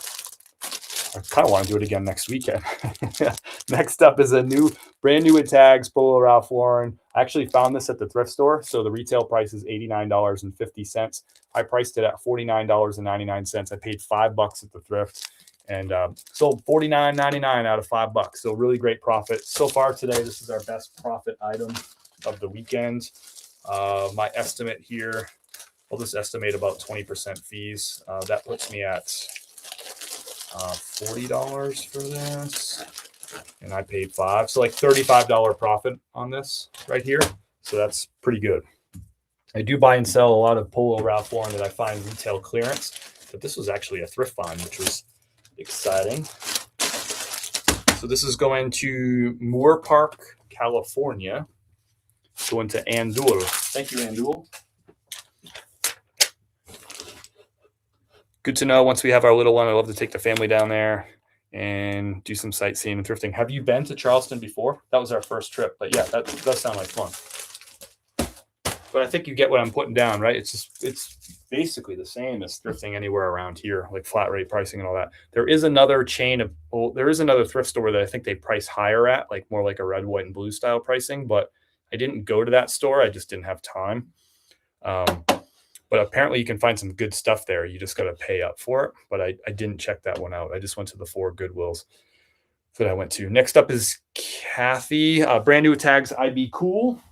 Sold. I found a bunch of these women's IB Cools, blue and pink. I think this is the first pink one to sell. The blues like sold really quickly. And now I just have the pinks left. Didn't expect that to happen that way, but sometimes it happens that way. So $35 is what this sold for. I don't remember exactly what I paid for these. I guess it's like $12 or something. But these are going to Kathy. I found these retail clearance, again, multi-quantity listing.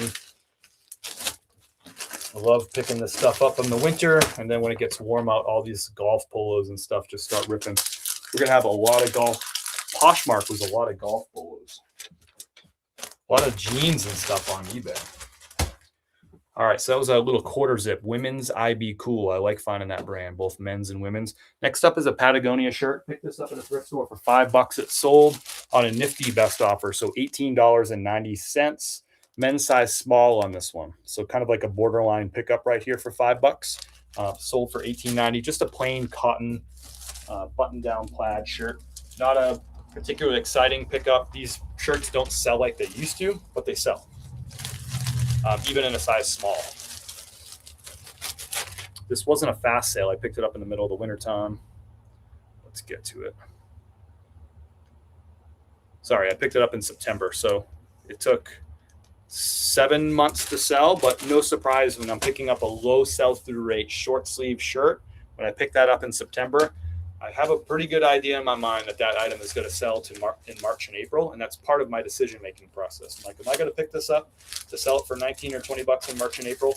I decided yes, and here we are. So this kind of like, I'd say just as planned on this one. I didn't expect that this was going to be a home run Patagonia piece. Size small, cotton, plaid. 4 years ago, it's probably a $25 shirt. It's a $19.80 shirt now. No big deal on that. If you had told me that would take till April to sell, would I still pay $5 for it? Yep, that's just part of my business. I totally knew that was the most likely outcome when I bought it. Next up is the Collars & Co. I bought like 80 of these or 82 or something like that of these from a Whatnot seller a few months back, and they've been selling pretty well. Probably about halfway through them now. So Collars & Co., great brand. I don't know if you can see that logo right here. Brand new with tags. This one's actually like a full button-down shirt. Most of the time they're polos, but they have other stuff too. So there's a long sleeve. Yeah, long sleeve, full button-down shirt. It's like a dress shirt, but like moisture wicking and all that. Similar to Mizzen and Main, but it's got like a more formidable collar. It's got that stiff, what they call like a dress collar. So this one sold for full asking price, $47.99. Going to Tyler. I could have sold these for a little bit more money, but when you buy 80 units of something, if you price at the top of the market, you're just going to sit on them for a long, long time. So I kind of priced a little bit more aggressively. This one I priced a little higher because there's not as much available of the long sleeve full button downs. So I priced it a little higher, $47.99. Most of them are selling for more like $40 to $43. But that was my decision. I'm like, I want to move these. I don't want to sit on these for a year. When you buy 80 units of something, if you price near the top of the market, that's a long game sort of play. I wanted to move that stuff out, especially since I paid like $20 a unit on those, or like $21 a unit. When you go to stores and get an average of 12 pieces, may I ask you about how long you spend there? It's got to totally depend on the size of the store. So it could take me 25 minutes, or it could take me an hour and a half. It just depends on the size of the store and how much quantity they have in there. So one of the stores, you'll see them when my YouTube video comes out on Sunday of my Charleston trip. One of the stores was probably just as big as the other stores, but they had like the racks where like I'd push like all the stuff on a rack, and they'd have like room where you could put like 40 or 50 more items on the rack. There just wasn't much inventory for me to go through. So I was through that store a lot quicker than the other stores, which probably took me more like an hour and a half. I also filmed too, so it's hard for me to answer that question too. But I would say that would be a good roundabouts, 20 minutes to an hour and a half. Just sort of depends. I've been a couple of times to help some family move back to the upstate, but wasn't a trip of pleasure. Moving is not a trip of pleasure. Yeah, you got to get down there. It's a fun place. Do you always let buyers make offers? I do. And on Poshmark and Mercari, there's no option to turn off offers. So you always have to on those two platforms. And on eBay, I always choose to accept offers. That's just what the platform is, in my opinion. It's an offers platform. As much as I want to sell stuff full price, that's what people expect. I'm in Illinois and learned when I went to Georgia, they can't sell hard liquor in grocery stores. I think it's the same in North Carolina. Most states that I've spent any time on, you can't buy liquor in grocery stores. So New Hampshire, state controlled. You have to go to a state liquor store to buy liquor. It's all state controlled. North Carolina is the same way as New Hampshire. All liquor is sold in state liquor stores only. In Colorado, you can buy liquor at private shops, so it's not cost controlled, right? These are going to private people, private stores, but you can't buy it in grocery stores, except every grocery store chain in Colorado gets to sell liquor at one of their locations, right? So most of them chose like Denver area locations, but most liquor stores, 99.99% of liquor stores in Colorado did not sell hard liquor. Florida is not state controlled. I lived in Florida for 2.5 years. Some of the grocery stores have a separate liquor store with a separate entrance. You can't sell it in you can't sell it in Publix, but you can sell it in a separate entrance liquor store that's owned by Publix. Same with Walmart. It's not in Walmart. It's adjacent to Walmart. There's a wall in between with a separate entrance. So unusual to be able to buy liquor in a grocery store. I've spent a lot of time in Utah. You're definitely not buying liquor in a grocery store in Utah. So I would say that it is more unusual to buy liquor in a hard liquor like spirits in a grocery store. It's more unusual than it is unusual, or more. It's more unusual to find it in grocery stores than in my travels across the country anyway. When you go to the stores and get an average, I already got that one. You're welcome, Sherry. You need to come thrift in Raleigh and Cary. The racks here are stocked. I like the sounds of that. I've heard that it's not great thrifting out there, but again, it's hard to different people look for different things, and different people's interpretation of what is good thrifting versus what is bad thrifting are different.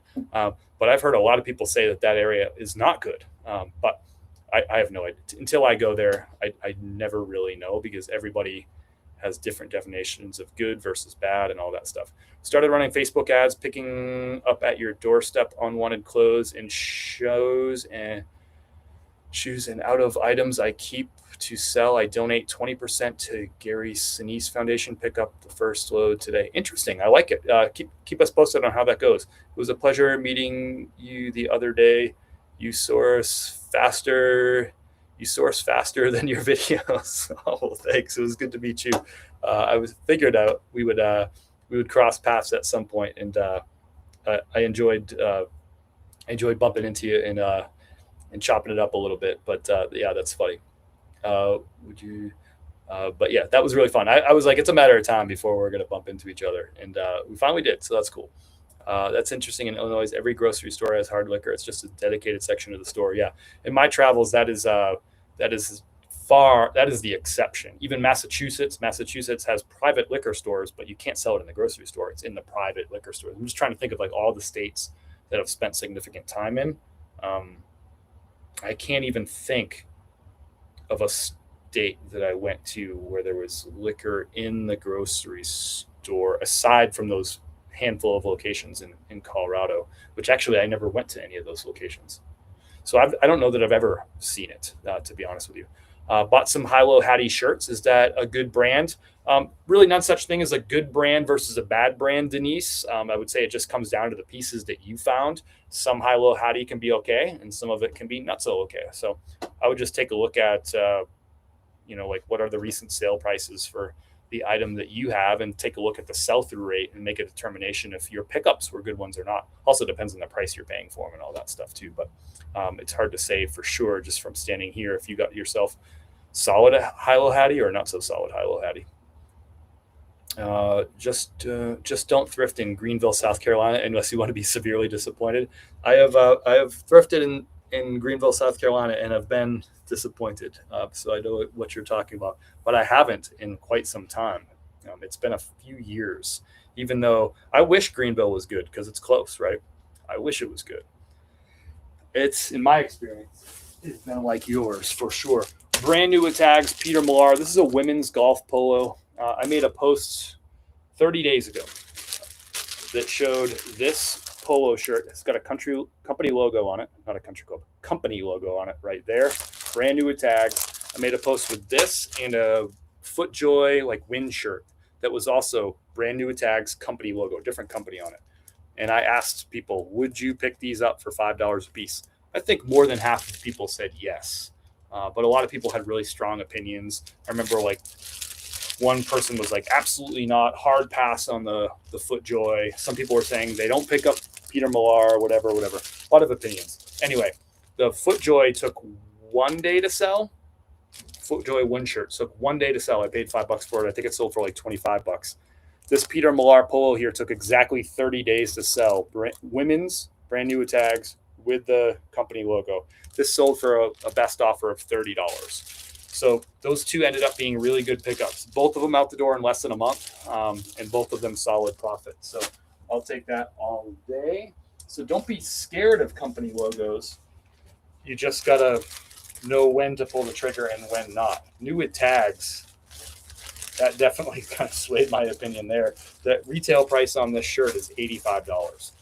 And the market value on the shirt was like more like $40, $45 is what this model polo was selling for, brand new with tags on eBay. So me pricing it below the market, I was still able to get a sale that brought me margin because I only paid $5 for it. So there's some nuance to this kind of stuff. I don't say things like I don't pick up company logos or I always pick up company logos. That's not what I'm saying. You just got to take a look at that at each unique item and make a decision. There's nuance in this game. I'm glad I picked them up. Both items selling in less than 30 days is a great outcome. And obviously the one that sold in 1 day is a really good outcome. I mean, that's tremendous. Next up is a brand that I haven't bought and sold really much of anything of. I did sell some Joseph Aboud's back when I lived in Florida, maybe 3 or 4 years ago. I bought a whole bunch of suits and blazers from another reseller, a bulk buy. This is like a vintage t-shirt seller that had this whole bunch of suits and blazers that he had picked up in a bulk buy. And he's like, I don't want anything to do with these suits and blazers. It's not my thing. I sell t-shirts. Do you want to buy them all from me? So I bought them all from him. that was down in Florida. So I think I sold a couple of Joseph Aboods out of that bulk buy, but not for a lot of money. I sold one like 2 weeks ago that was brand new with tags for like 60 something bucks. And then I just sold this one today or yesterday, I guess. This is a wool, silk, and linen blend. It's got a nice summertime pattern and colorway on it too. This is a men's size 44R. So I paid $7 for this at the thrift store. It sold for a best offer of $45 on this one. So I actually picked up a Joseph Abood blazer over the weekend when I was in Charleston too, because I'm like, I need to start learning this brand, a brand that I've just really never sold much before. So now I have 2 sales from this brand over the last, I don't know, few weeks here. Hopefully that third one that I picked up over the weekend is a nice quick sale too. So I'm always learning too. I don't know it all. I've probably passed 1,000 Joseph Abood blazers and never really picked them up, but now I'm learning. So I don't think I'm going to pick up all Joseph Abood. I think I'll probably treat it more like Joseph A. Bank, where I'm looking for the cream of the crop, really nice patterns, premium materials like silk and linen. I'm guessing that that's what I'm going to do, but I'll let you know as I go here. I'm in Massachusetts, and liquor is in grocery stores. Gotcha. Maybe it's changed. I haven't been around for a long time. It used to be all packies, right? It used to be all package stores, packies. The South is a culture shock in the best way. People are so friendly compared to what I was used to. I like it down here. I remember when Florida had cocktails to go, they had drive-ins that would sell you liquor in a plastic cup and ice and no lid. No need to get out of the car. My dad tells me about those good old days too. Of course, things about like drinking and driving were a lot different back then. We're talking like the 70s. Drinking and driving was different. Open container laws. A lot of states who were allowed to have open container. Different world when it comes to that sort of stuff nowadays, for sure. If all my pickups are like my first one today, it is not going to be a viable strategy. Gotcha. A whole bunch of junk. Sorry to hear that. Drifting in Aiken and Augusta are horrible for resellers too. Sorry to hear that. What did I miss here? Greenville, South Carolina sucks. Never again will I go there. That's funny. It's got its good little pockets. Kirby knows his stuff. I got that one. In Mississippi, you can't buy liquor in grocery stores, just beer and wine. There you go. Definitely in grocery stores in Michigan. Good to know. So kind of all over the place. Yes, they just started adding to SH. I think we're saying probably added to grocery stores. Is that what you're saying, Vineyard? Next up is for Sandra. Another one of these Columbia, the Blue Hens. Remember this from my trip to Winston-Salem? Bought a whole bunch of these. First one sold like really quick, like a couple of days. Then none of them sold. This is the second one. This sold on a best offer at $20. So brand new tags Columbia. And this has the Delaware Blue Hens logo right there on the chest. Retail on this is $89. And so another Delaware piece heading out the door. I still have like, I think 6 more of these, but 2 of them are out the door. I paid $5 a pop. This one sold for $20. I forget what the first one sold for. This is going to Guilford, Connecticut. Also, like one thing that's Bible Belt kind of stuff too. In South Carolina, liquor stores cannot be open on Sundays, and they can only be open 11 to 7. So even though these are privately owned liquor stores, they can only be open 11 to 7, Monday through Saturday, and no Sundays. And that's state law. If you care. I'm going to have to get another bin here. Let's put this one. Oh boy. Oh, I thought I had another bin. Oh, I don't have another empty bin. I'll use this.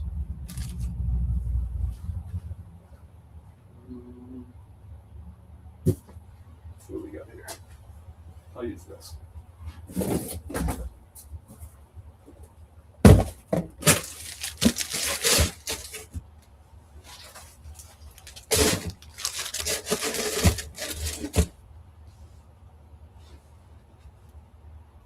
There was like 100 of them still left. Yeah.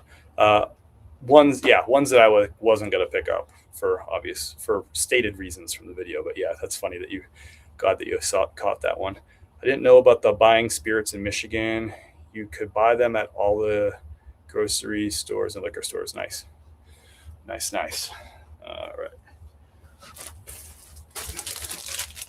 Get organized here. Still got a lot of shipping to do. We have 3 more eBays, and then we have a whole bunch of Poshmark. It was a really good Poshmark weekend. Drink responsibly. There you go. Ralph Lauren size 40S. This is another, just like that Joseph Abboud, very kind of summertime pattern. This is the inside, that paisley all over print there. That's the liner, but that's the exterior right there. So like a lighter color, nice little it's actually a little houndstooth action going on right there. It's got like some blues and some reds. So nice piece right here, and some tan. $38 on the best offer here. I paid $7 for this at a thrift store. It's made of rayon and polyester, men's size 40X. I put the keyword in there, summer blazer too, because it's just a very much like a summertime look to this one. These rayon polyester ones, especially with like a tannish, like lighter color like this, good sellers in the summer. We got 2 like that going out today. Oh yeah, we already did the Abboud one.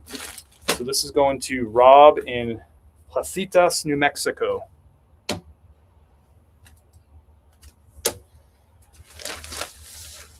The next buyer, his name is Jammin. I like that, Jammin. I don't know if that's how you pronounce it, but it looks like that, Jammin. We're jamming. So we got a New Mexico sale. Next one's going to Wyoming, so we're kind of going all over the map today. I remember that vlog find. Yeah, that was fun. If you need another sourcing video to make, you should come to the Tri-Cities, Bristol, Kingsport, Johnson City, and Elizabeth. Goodwill's in each city, along with some Salvation Armies. And I thought you said it sucked up there. Isn't that what you told me? Did I hear you wrong? I thought you said it wasn't good up there, and now you're telling me to come on up there? I'm confused. What's going on? Are you trying to bring me into a trap? You're going to lure me up there, and then you're going to come clean out Asheville? Is that what's going on? I like some gamesmanship. Next up is a Cabela's piece that sat in my store for a little while. I went ahead and lowered the price to $17.98 like a week and a half ago, and it sold for $17.98. So Cabela's Cool Max short sleeve plaid blue. Nothing crazy there. I don't buy all Cabela's shirts. I'm selective about them. I do buy some. I bought this one because it's kind of more of like a hiking fishing style shirt, which people tend to pay a little bit more for. This one just wasn't a go. $17.98. It's outdoor, not making crazy profit on there. I paid $5 for it. This is going to Wyoming, to Jammin. Talk about a beautiful state, Wyoming. I loved my time in Wyoming. I need a visit to the west soon. Next up is for Robert. This is our last eBay sale, but don't worry, we got Poshmark, we got Mercari, we got Amazon, we got Chris@peak.com. But wait, there's more. This is a Orvis cotton sweater vest. Nothing crazy here. 100% Pima cotton. Men's size large. This sold for $25.98. Same thing with this one. I had it priced a little bit higher. I lowered it to $25.98 because it sat around for a little while. And that price change got us a sale. $25.98. I paid $5 for this at a thrift store. And so still made pretty good profit off this. I just had it priced a little high, apparently. Little price update, got it going. This is going to Arlington, Virginia. It's our second one going to Virginia. There's a squirrel on the front porch.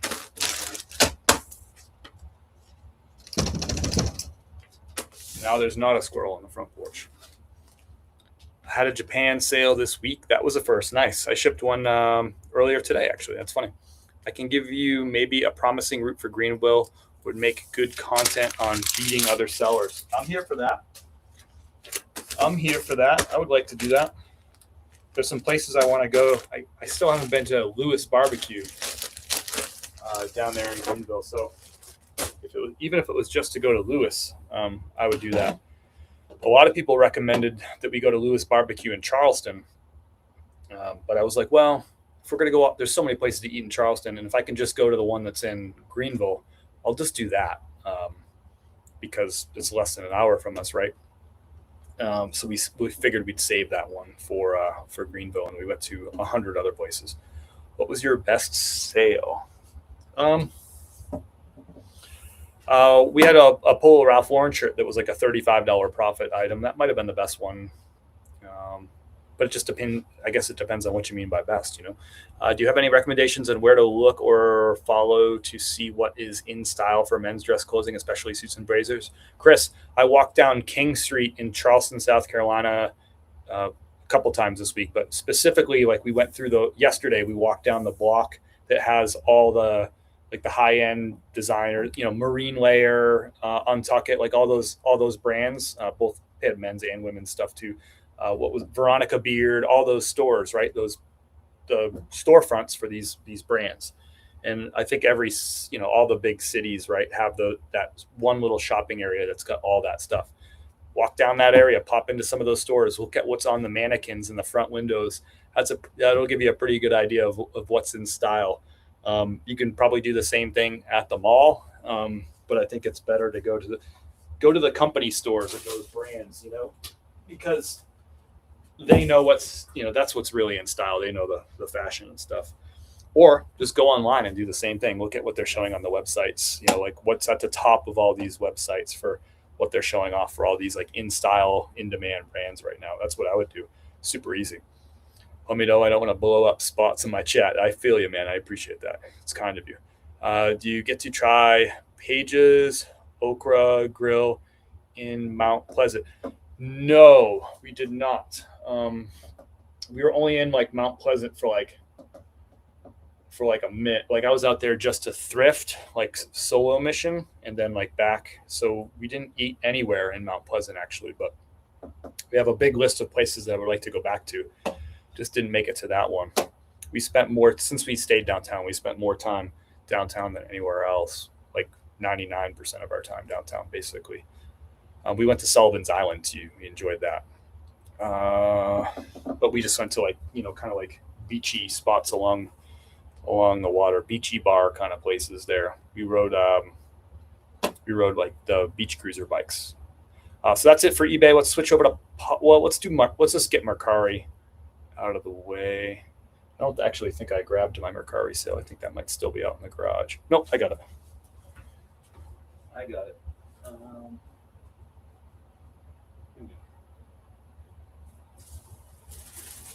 think this is it. Yeah. So here's our one Mercari sale from the past 4 days. Got a brand new tags, Levi's 559, size 36 by 36. When I saw the long inseam on this, I knew that this would be a quick sale, and I believe it was a quick sale. I feel like I just picked these up. I lied. It took 57 days to sell. I feel like, did I just pick up another pair of 36 by 36? Anyway, brand new tag. I picked them up retail clearance. I paid $13 for this pair of jeans, and they sold on Mercari for, wait for it, $33.29 on a best offer. So after fees and shipping and all that stuff, I'm going to make a profit of $16.49. So I paid $13 to make a $16 profit on this. And that's after shipping, fees, cost of goods, all that stuff. To me, that's a good outcome. Sold in less than 2 months. I'm happy with all that. I buy and sell a ton of Levi's. If you've been following this channel for more than a minute and a half, you already know that. We've already shipped a fair amount of Levi's today. This one is going to, I don't know if I can say this name, Prakash. This is going to Cottonwood Heights, Utah. So I wonder if that's like up in like Little Cottonwood Canyon or Big Cottonwood Canyon. Cottonwood Heights, Utah. I like it. Gonna make a thank you card for this person. Prakash, thank you. The elusive Mercari sale. We'll take it. How's everyone's day going? How was the weekend? How are sales? It is beautiful. What am I doing inside hanging out with y'all when I could be outside right now? And Kim's off today. And I'm in here working like a dog. I'm glad she's off today. It's good. And I'm glad to be working today, honestly. All right, so our Mercari order is out the door. Let's kick over to, let's do some, we still got Posh Mark.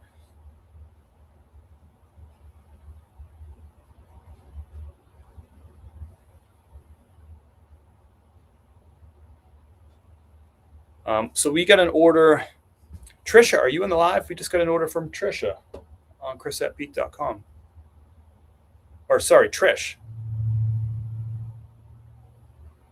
Trisha, are you here in the live? I got a really nice note. I'm going to read it first. This is how TK's on my day job as a teacher. I'm just going to say this. Unless Trish says it's okay to read the note. It's a big, long note from Trish. I'll say the beginning. I love your travel videos and the way you narrate and show the interesting things about the towns, and your food choices and your thrifting information is so helpful. So thank you so much for those kind words. It's a long note, and I don't know if you want me to read all of it. So I'll just leave it at that for now. And I really appreciate your order. We got 2 bags of Hooper's Creek medium roast going out the door. So thank you so much. Thank you so much, Trish. That's really kind of you. We're shipping to Illinois, a couple of bags of coffee. Thank you, Trish. And thanks for the kind note. That means a lot to me. I will read the whole note. I will not read it publicly because I don't know if you want me to. But that was really kind. Okay, Chris, I'll give you an idea. Look for your local nonprofits like church stores, small consignments, places other than Greedwell. Take your time to check marketplace, church sales, community sales. There's loads of ways to sort. Thank you, Edward. I appreciate the kind words. And Edward, I've got a couple of rodeos over here. Got a couple of rodeos. I appreciate the suggestions, man.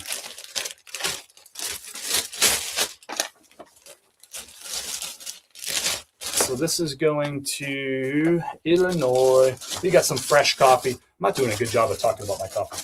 Let's do it. So Trish ordered a couple of bags of our Hooper's Creek medium roast. This is our go-to. This is our best-selling coffee, and this is where we launched our coffee business almost 2 years ago.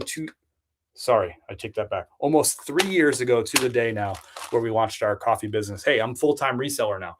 I needed a new side hustle, so coffee became our side hustle. So all our coffee is roasted fresh every Thursday. It's fair trade, it's organic, and it's roasted by our friends at Dynamite Roasting. They've won Western North Carolina's #1 coffee roaster, as voted by the people 13 years in a row, which is crazy. I'm telling you, the coffee is ridiculous. It's top shelf stuff. It is not, this is just not some, look, I was in Charleston yesterday when we went to this market. They were selling coffee at this one place. The coffee looked good, but it wasn't fair trade and it was not organic coffee. So it's objectively a shelf down in terms of quality from our coffee, which is all fair trade, all organic. It looked like it was freshly roasted stuff. It smelled good. And the people seemed like great people. I'm not going to say any bad words about them. But objectively speaking, our coffee is better than theirs. They were selling it for $20 a bag. $20 a bag. And ours we sell for $15.99 a bag, and it's fair trade and organic. So not only is the coffee top shelf, we don't have our coffee premium priced. We actually have our coffee priced a lot lower than most of our competition that's also on the top shelf. So if people are selling fair trade organic coffee, it's very hard to find for $15.99. We're not price gouging you.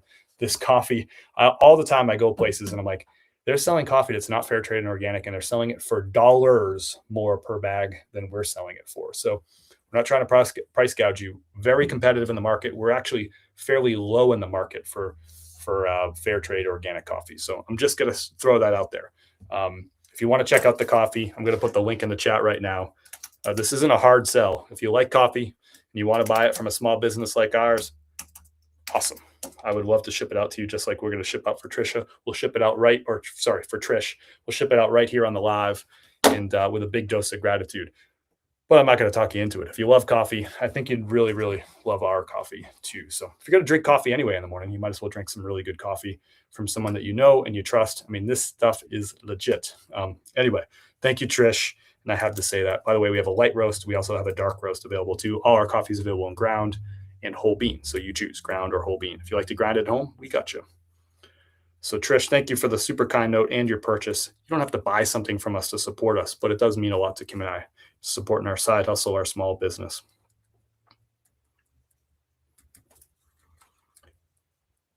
You just being here, you just commenting down below in the chat, sharing your experience, asking questions, hitting the like button, all those things help out too. You don't got to buy, but if you do want to buy, we'll ship it out to you with a big dose of gratitude.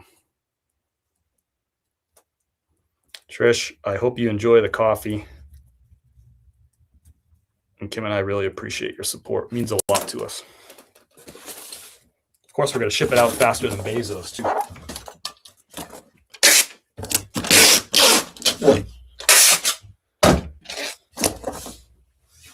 No master shirts for me, but when I did sell 2 golf polos, a vintage wooden tennis racket within 10 minutes of the tournament ending. I love that. That's awesome. Edward, got your idea. Thank you for that idea. I enjoyed the live and took a break from gardening. That's nice. I'd rather be outside gardening today too. Best coffee in the game. Thank you so much, Nomo. I appreciate you sharing that. The goat. Any summer bolo suggestions? Winter was great, but getting stuff for summer is a challenge. Y'all drop some drop some summer bolos in the chat for Nomo. I buy stuff all year, all seasons, all the time. Honestly, one of the best things you can do right now in April, May, and June is to buy stuff for the fall, because that stuff will start selling in September, October. Other resellers aren't grabbing it. You're not competing with consumers right now, because consumers, that are going into thrift stores that are buying for themselves, they're not buying jackets, they're not buying jeans, they're not buying sweaters, they're not buying that kind of stuff. So it's a great time to get really good stuff that's off season at the thrift store too. So I'm always shopping for the season ahead. For me, shopping for summer, I've been doing that since December. And now I'm already starting to see some opportunities for the fall and winter stuff. What did I miss here? I've been dealing with pretty bad clothing sellers lately. My sales lately. My sales through have been my sale. Desert, I'm not sure what you're trying to say there. I might be misreading it. Maybe it's a typo or something. Been having trouble with eBay taking our new Levi's off the international shipping lately for Vero issues. I ran into some of that a few weeks back, or maybe like a month back. And I haven't really taken the time to investigate what all happened, because with eBay's new international shipping program, that's not supposed to happen. If something isn't allowed to be sold in a certain region, eBay's not supposed to offer it to that region, because I can't go in on eBay and you can't go in on eBay, Mike, and you can't choose which regions that something's going to be available for sale and not with the international shipping. Like, you can't choose certain countries on or off like you used to be able to do. You can't do it. All your items are either available for international or they're not. You can't even choose which items are international, which items aren't. It's either a switch on for your whole store or a switch off. So the idea that they're taking down items from that are not, because the problem is you can't sell them in the EU. There's a company that has like the whole market, like they have a license for the whole market for Levi's jeans, brand new in Europe, like in the EU. So you've never been able, as long as I've been selling, you haven't been able to sell new tags Levi's to the EU on eBay. They will take them down. But with this new program, there's no way not to make new tags Levi's available to the EU. You can't change it. And you can't even just say, look, I'm not going to have my new tags Levi's available at all for anywhere international. You can't do that. It's either... So you'd have to turn it off for your whole store just because you got 3 pairs of new tags Levi's. I don't get it. I have no idea. I haven't investigated why. I haven't tried to talk to eBay about it. I'm sure it would take like 100 conversations on eBay before you talk to somebody who had any idea what they were talking about with something like that. But I'd be curious to know if somebody else wants to take that on and figure out what's going on with that, because there's no way to avoid it. The only thing that you could do is just not sell new tags Levi's on eBay and just sell it on other platforms, which is not a great outcome either. That's awesome on One Profit. Thank you. How have you done with Hugo Boss blazers? I'm selective with Hugo Boss blazers, just like just like every blazer brand. I'm pretty selective about Hugo Boss. So you got to kind of like look for what's actually selling in Hugo Boss versus what's not selling. And I would just look at recent sales data on eBay to get a pretty good idea of that. I only source once a week in Asheville, and that's enough inventory for me. That's why there's no need for me to source in my area. Gotcha. Y'all were on the pricey side of town. I did go, I don't know what that means. I'm sorry. I did go to Holy City Brewery in Charleston. That place is pretty good food and beer. That was a place that I figured that we would probably go to, but we just, in our travels, we just didn't end up there. We kind of, the couple that I went with, Ann, Kim, and I are both like, we aren't super planny. We just sort of like let the day come to us, so to speak. We had a couple things planned, but aside from that, we just sort of like walked and ran into things, and if it looked good and at least 3 out of the 4 of us were psyched about it, then we went in, that's a pretty good spot, and the prices is decent. Gotcha. I think I missed those, so I'm not sure what those comments are in reference to. I'm sorry. Do you store bulky items like jackets and blazers? I'm running out of space. I put some on a Z rack that I have hanging here in my office. I also have some hanging in a closet here in my office too, but a lot of them I put in bins as well. Mount Pleasant and Sullivan Island. All right, so I got to scroll back here. Mount Pleasant and Sullivan Islands. Sorry, it's hard putting together comments that are like, you were on the pricey side of town in Mount Pleasant and Sullivan Island. Gotcha. That's the pricey side of town. Got it. That makes sense. Sellers I've been purchasing clothes from have been terrible. Lots of stains and flaws they didn't disclose. However, my sales personally have been good. Gotcha. You're buying on like eBay and Poshmark, and people are sending you junk. That sucks. Sold a Callaway hoodie last week that I never would have looked twice at had I not watched you saying golf and Masters. This is the time. Absolutely the time right now. I was wondering that with off-season buying. Yeah, I love off-season buying. Mount Pleasant, Sylvan. Exactly. Okay, cool. So anyway, let's ship out this order for Trish. Trish, you're going to get a shipping confirmation in your inbox in 2 seconds here. Appreciate you, all your support and just being here and all that. Really kind comment. Michelle, thank you so much for your order. We'll ship that out right here in a second for you. You know the rules. If you order coffee while we're here on the live, I'll stop what I'm doing and I'll get you shipped right out. Sometimes that means I'll still be flapping my gums a little bit, but we'll get you shipped out in a fairly quick amount of time. Faster than Bezos, anyway. We'll do that. Faster than Bezos. He might have more money than me, but he can't ship as fast.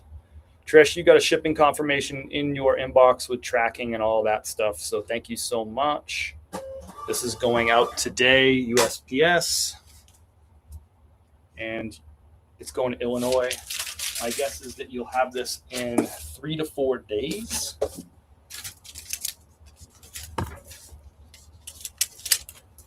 Yeah, bought 2 lots on eBay. Both had half the stuff riddled issues. Both refunded me right away and then asked for the items back. Nice. Yeah, you want them back? You got them. You want your stains? They are all yours.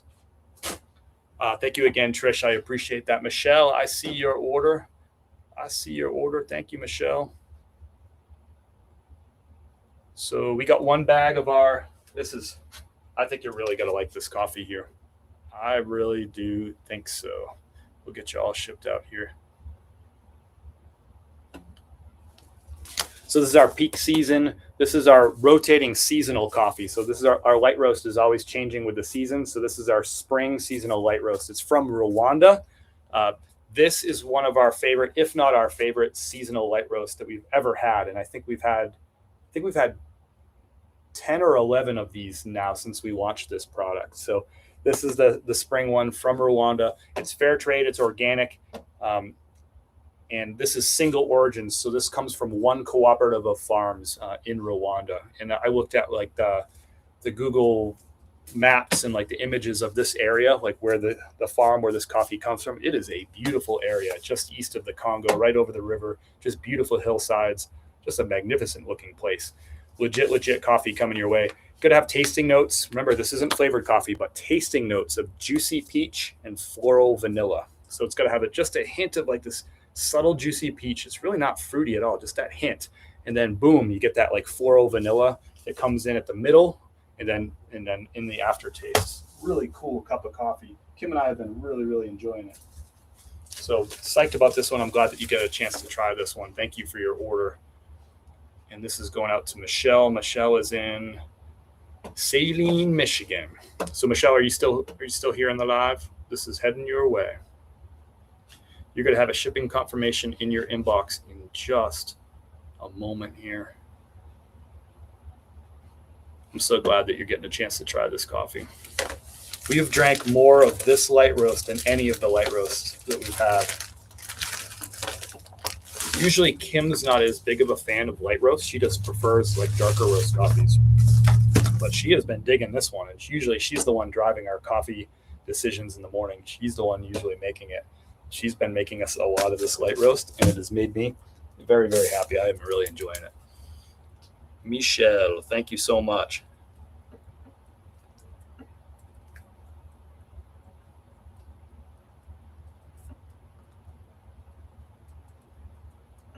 You may not be able to read my handwriting, but I think you'll see the love in the note anyway.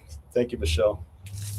You got a shipping confirmation in your inbox right now with the tracking number and all that stuff. It's heading out today. Should have this in 3 or 4 days up there in Michigan. Michelle, I think this is your first order too, if I'm not mistaken. So I'm going to go ahead and throw in a Chris at Peak sticker for you free of charge, just because I like it.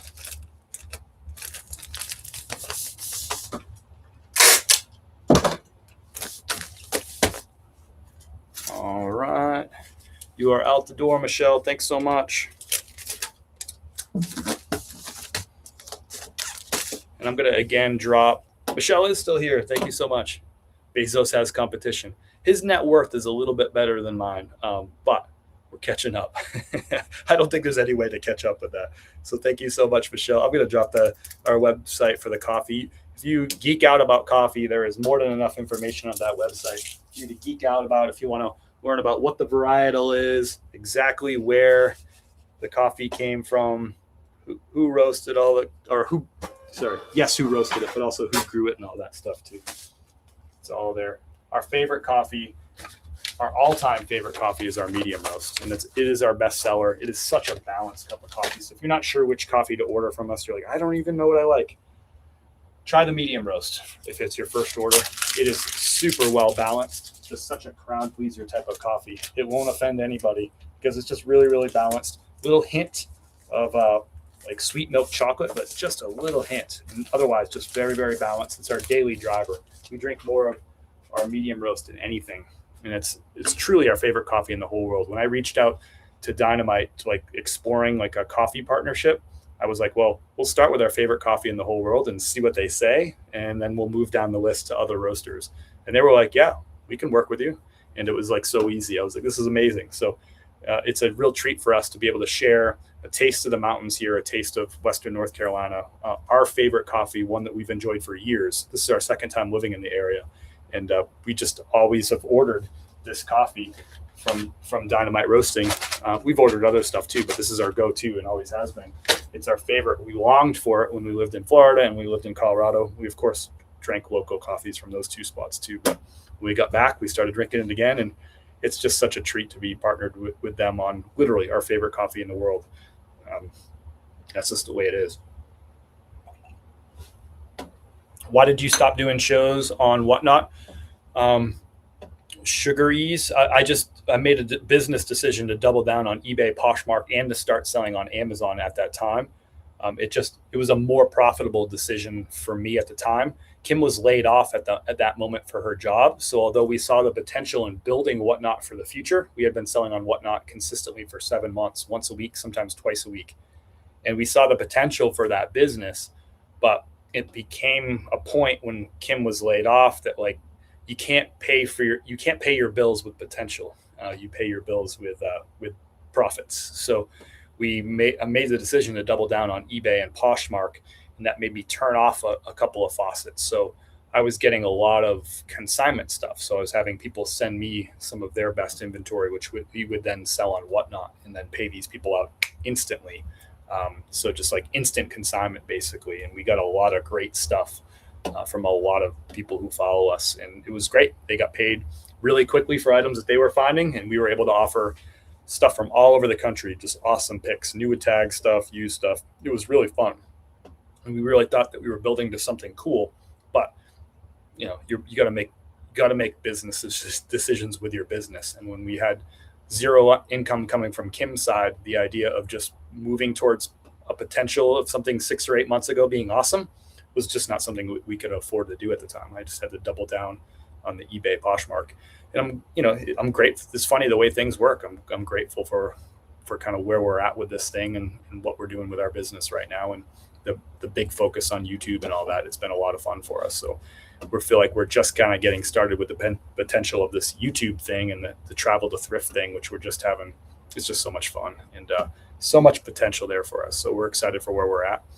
And someday, who knows, maybe we'll sell on Whatnot again too, but it's a big time commitment for us. And right now I like where we're at. I like investing the time in the travel to thrift sort of stuff too. That's just what I'm jamming with right now, what I'm vibing with. But as always, opportunities pop up and we'll make moves. Yeah, I bought 2. Oh, I already got to that one. All right, so let's get back. We got some Poshmark. Oh, I got one more coffee order going out the door for Brian. Brian ordered his first bag of coffee just about a month ago. Came back like 2 weeks ago, got another bag, and now he's back for his third bag. So thank you, Brian. Brian got our Hooper's Creek medium roast. We got Brian hooked. On the medium roast, Hooper's Creek.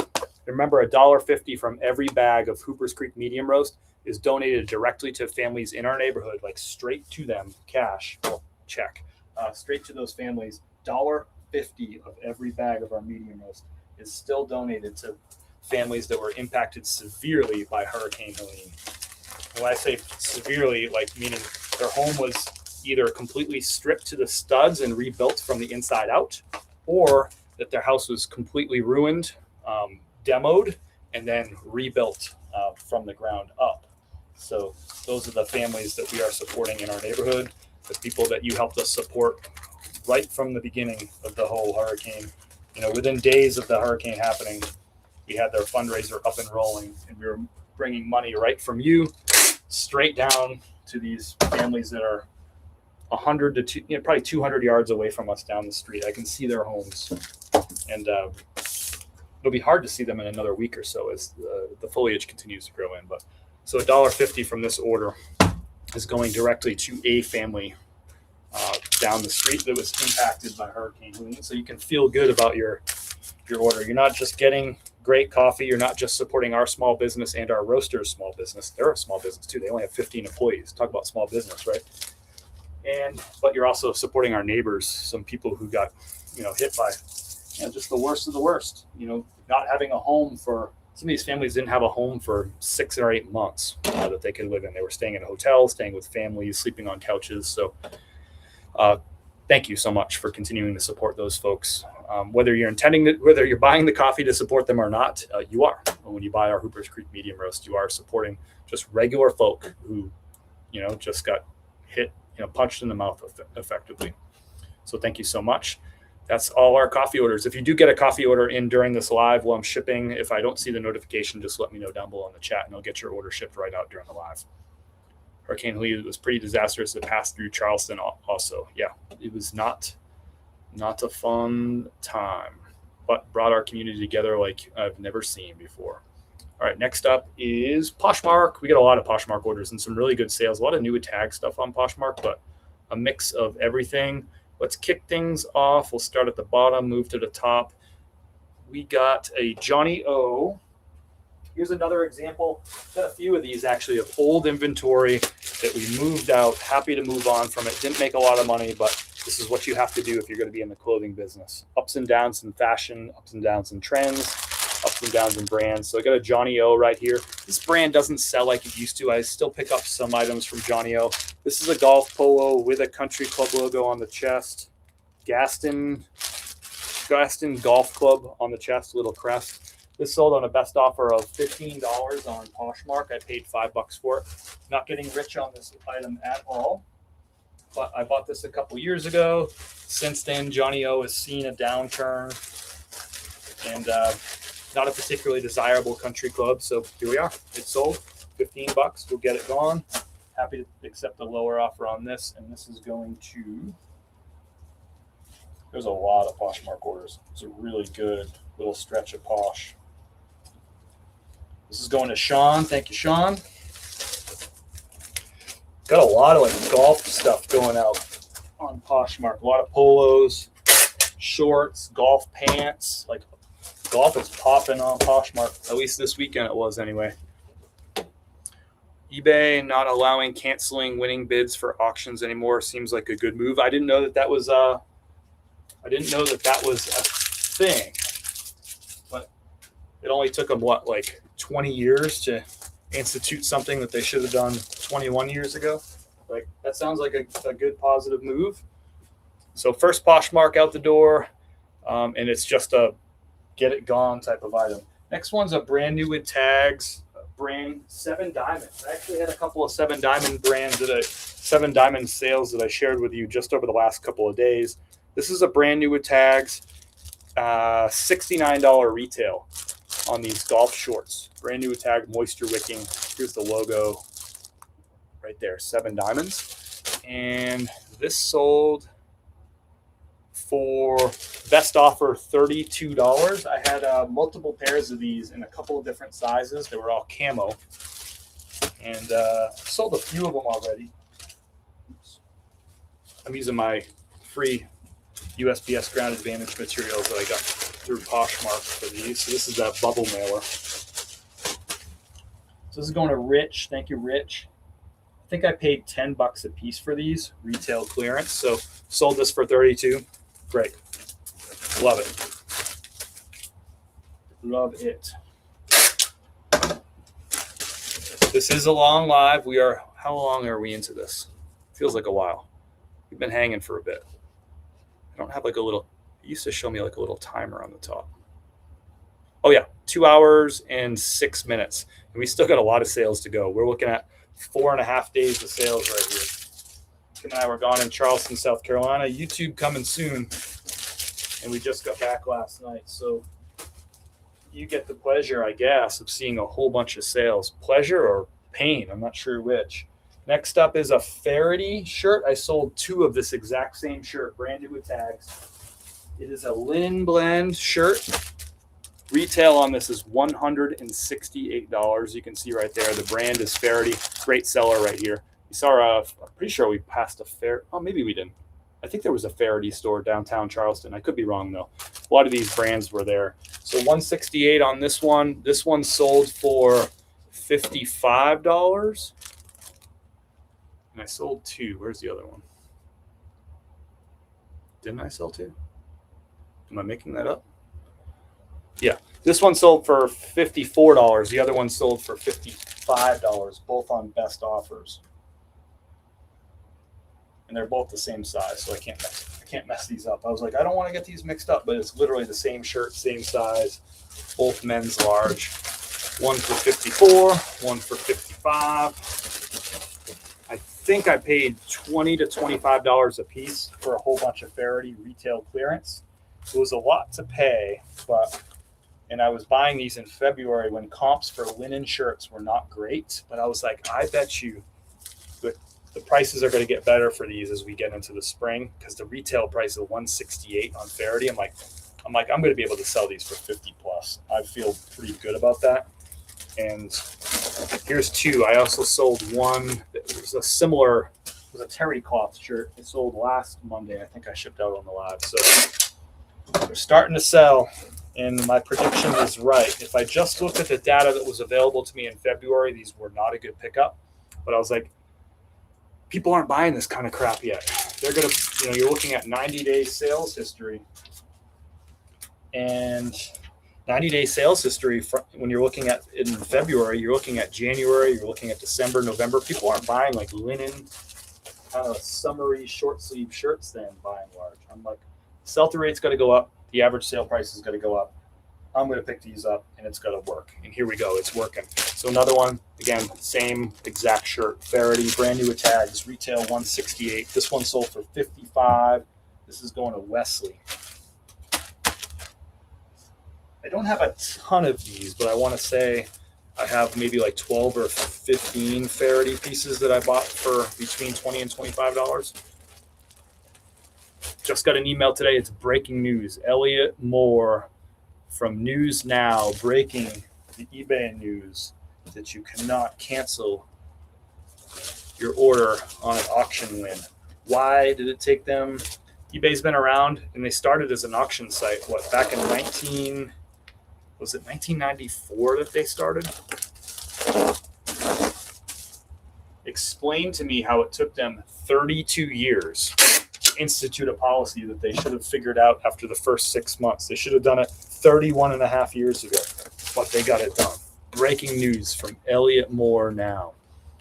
How did Hugo Boss Blazers for you? I think you might have asked this question a little bit earlier. I'm very selective about Hugo Boss Blazers, similar to how I'm really selective about Joseph A. Banks and Warren Ralph Lauren and some of these other common brands. But if you pick the right Hugo Boss Blazers and you price them well, they can do well, especially if you take great photos, include measurements in all your listings, cross-list on multiple platforms, and use automation tools. So, but yeah, I do pick up some Hugo Boss Blazers. Hopefully that helps. I would encourage you to look up what tends to sell for Hugo Boss on eBay versus what doesn't tend to sell. Just do some look at some sales results, look at sell-through rates and that sort of thing, and help that inform your decision making moving forward. Definitely was a golf polo weekend for me here too. Sold a FootJoy Bay Hill Nice and 8 other sales this weekend. A great example of a FootJoy that I would pick up with the Bay Hill Country Club logo. Most so far in a weekend. That's awesome. Congrats on your best weekend. Yeah, I love to hear that. Thank you so much for sharing. Next up is a Columbia flannel. This is an item that if you're going to pick up a lot of low sell-through rate and mid sell-through rate items, you're going to have some items from that brand that just don't sell where others do. And this is an example of that. This is not a bad outcome. I'm not upset by this. But I buy and sell a ton of Columbia. And if you buy and sell a ton of low, mid sell-through rate types of items, you're going to have some that sit around and you're going to have to unload, just like any retail store on the planet. That's what happens. They have to clearance out certain things that just don't sell for whatever reason. Nice lightweight flannel, nice colorway here. Classic kind of Columbia piece. I've sold a ton of these flannels before, and I've sold a lot of them in the $20 range. This one didn't sell. I lowered the price and then took a best offer of $14 on this one. That's the name of the game. Moving the product. Did I make a lot of money off this item? Nope. Have I made a bunch of money off of other Columbia items? Yep. And this one is just a dud, and that's okay. People say to me every single post I make about a sale, they'll tell me how they have whatever brand I'm mentioning. They'll tell me about how they have one of those that hasn't sold in months. And I'm like, yeah, I probably have 10 of those that haven't sold in months. I buy hundreds of them. That's the name of the game. You can't let one experience with one brand taint your experience with the whole brand. It just happens. I sell more Polo Ralph Lauren than any brand ever, every single year I've been in business. But I also have some Polo Ralph Lauren that sits around forever. Just the way it works. Polo Ralph Lauren sells millions of units of Polo Ralph Lauren from their stores and their website every single year. And they have Polo Ralph Lauren that sits around in their stores forever, and they have to clearance it out to get rid of it. It's just the way it works. It's kind of an imperfect science when you're selling clothing. So this one's out the door to John. John got a nice deal on a nice flannel. Congrats, John, and thank you for your biz. Learning a lot from you. Well, thank you for saying that, and I'm glad that you're learning. That's what this is all about. Do you schedule draft listings for days you take a trip, or just don't worry about it? Elliot, I've listed 0 items since Wednesday morning because I also have Nifty's automation tools working for me while I'm gone. So every single day, Nifty is delisting and relisting items on eBay, Poshmark, and Mercari. Every single day, it is sharing items on Poshmark. So I have all this, it's sending offers on all those platforms constantly too. So I have activity, eBay, Poshmark, Mercari, all these platforms, they like activity. You're feeding the beast. It's hungry for activity. And Nifty's doing all that stuff for me. So I don't worry about pushing drafts when I'm gone. Now, if we had a day where it was raining or something when we were on this trip and we just sat around for the afternoon and people were watching TV and whatever, would I open up my laptop on the couch and push some drafts? Sure. But That's not the way it worked out. We had great weather and we were out and about, and I didn't feel like pushing drafts, so I didn't push drafts. And I had a great weekend of sales, a really great weekend of sales, actually. So that's the beauty. I don't worry about listing every day. Even when I'm at home, I don't list every day. I just make sure I get my 70 to 80 a week listed, and it doesn't matter what day of the week I do it. If I do 30 of them in one day, 30 of them in the next day, and 10 in another, and 0 the rest of the week, that's fine with me. I have Nifty kind of doing all the automation stuff, feeding the beast, so I don't worry about it. It's funny how you can get an item that sells well right away, then another shortly after, and it sits for months. Yep, especially with retail arbitrage. I can have the same shirt, size XL, same color, everything, right? Quantity set to 3. The first one sells in 2 days. The second one sells in 27 days. The third one takes 193 days or something like that. It happens all the time. It's literally the same exact item listed in the same season. It's just, it's an imperfect market. You're still on busy boy. A lot of items to ship. We still got a ton to ship. Great question, Elliot. Just missed a vintage polo set tracks at phone. Just missed a vintage polo set tracks at phone acting funny and couldn't put on. I don't know what that is. Tracksuit style that is blue and red. I can't rush and made. I don't know what's going on, Carolyn. Sounds like a tracksuit you ran into or something. I don't know what's going on. Sometimes I can't read. Nifty, got it. How much does Nifty cost? Whole bunch of different. It just depends on what your business and what your needs are. There's plans that cost $25 a month, and there's plans that cost $89 a month. So I would just go to the link in my profile. You can see the free trial link if you're on Instagram, and from there you can just watch videos about Nifty. There's all kinds of information about Nifty. You can see all the pricing of different platforms and all that stuff. But with that link, you can try Nifty for free for 7 days, see how it works for your business, and then make decisions about like which is going to be the best plan that matches your business. But there are a whole bunch of different price points depending on what you're looking for. So let me know if you have like more specific questions there too. What did I miss? Okay. Next up is an order for a pair of Jack Archer pants. Really like buying and selling these. They probably don't sell for quite as much as they did a couple years ago, but still a good sell-through rate on these and still good sale prices, maybe a little bit lower sale prices than a couple years ago. This sold on a best offer of $29. I had them listed for $35. You're not going to be able to see a logo or a brand name or whatever, just the way they're folded. But trust me, they're Jack Archer Jet Setter pants. Really good seller right here. $29 on these. I paid $5 at a thrift store for them. Tricky one to find because the name brand is kind of like down inside, not inside the pocket, but it's like inside the pants down by the pocket. So if you just look at the back part of the pant, like on the waistband where most pants have a logo on them, you won't see the logo on these. So you got to dig a little bit deeper.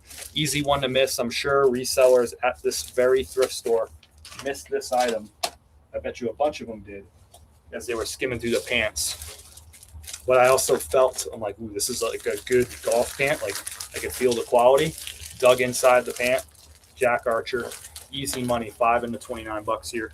Poshmark takes 20% fees. So of this $29 sale, they're going to take $5.80. So when you subtract that from this, I'm going to make $23.23 from Poshmark. I paid $5. So $18.20 is my profit on this pair of pants. I think it sold pretty quickly too. We'll double check how many days it took to sell. Check my spreadsheet here. These took 8 days to sell, so I'd say that was pretty quick.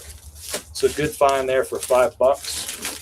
To flip something in 8 days and make $18 in profit, I'm for it. Especially when I can use free shipping materials like this one.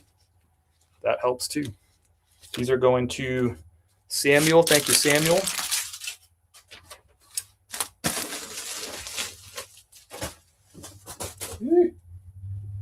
We got a lot of sales still to do. We got 4 days worth of sales. It was an awesome weekend when we were gone in Charleston. Great weekend of sales. So next up is a pair of William Murray pants. I picked these up when I was down in Atlanta. If you haven't seen that YouTube video, that thrift trip, I went to 8 thrift stores in Atlanta, including this one, this Goodwill, where I picked up these William Murray golf pants for $5. Kind of an easy one to spot because a lot of their stuff has this like little like plaid little hit right there. So that's the back pocket and the logo is right there above it. You can see it says William Murray right there. That's Bill Murray's brand, the actor. These sold for best offer of $28, and they took, wait for it, it took 17 days to sell. 17 days to sell. Best offer, $28. I paid $5. So Poshmark's going to take $5.60 in fees on this one. So subtracting that from my sale price of $28, that's going to leave me with what, $23.20? Same thing, right? I'm going to make about $18 in profit on this pair too.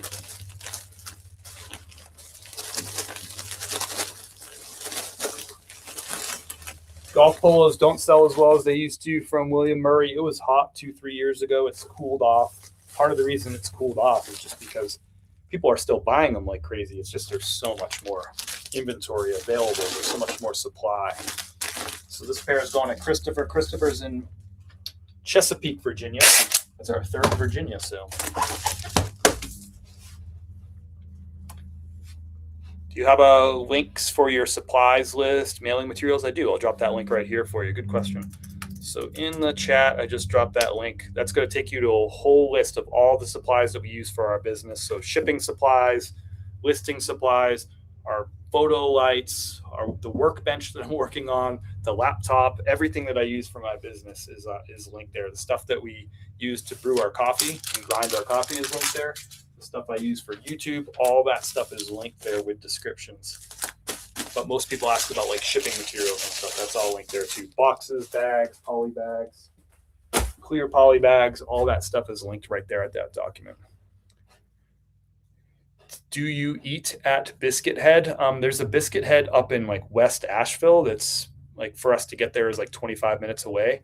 I don't think I've never eaten at Biscuit Head. But it's kind of like more of like a hyped breakfast restaurant in West Asheville. We don't go out for breakfast a lot in Asheville. We eat at home, but I probably wouldn't drive all the way up there like for breakfast, if that makes sense. Just out of the way for us to go there. But we hear it's good. It's kind of like a hype place. They've been around for a long time now. I remember when they first opened. But popular place. They have one in Greenville, South Carolina too. I think they might have some other places as well. They might have a second location in Asheville. I just can't think of where it is. Oh, yeah, I think they do have a second location in Arden, which is actually closer to us. But next up is, oh my gosh, sorry. I had to pass on vintage polo tracksuit price at $20 as I had to get back to work and my phone wasn't working. Ugh, it was worth a little money. Oh, bummer. Well, that's going to happen. Most important thing is you learned another thing to keep your eye out for. That's the learning is more important than finding one item that you'll make a little bit of money on. So glad that you learned something new. That's the most important thing. That'll make you money week after week moving forward. So, all right, next up on Poshmark is a pair of Levi's 541s here. Nothing fancy here, just bread and butter. I think we've sold somewhere close to 80 pairs of Levi's so far in 2026. We've sold 225 in 2025. It's been one of our best sellers the last few years. It's been in the top 5 for us. So I think this year it's probably top 2 right now. So Levi's 541 size 36 by 32. Tend to do a little bit better with the black ones than the blue ones, but that's not always true. This one sold for full asking price, $23. I paid $5 for these at the thrift store. And I'll tell you how long they took to sell. Wait for it. These took 9 days to sell. Not all Levi's are going to sell quick. There's nothing particularly special about black 541s. But these ones did sell. Sometimes you just get quick hits on boring items. This is one of those times.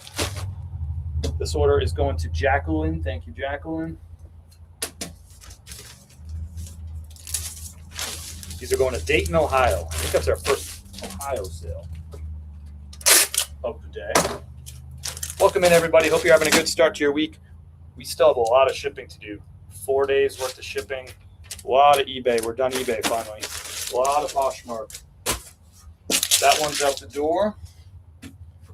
So $23 on that sale. Poshmark takes 20%. So Poshmark's going to take $4.60. So that's going to leave me with $18.40. I paid $5. I made $13.40 profit on those Levi's.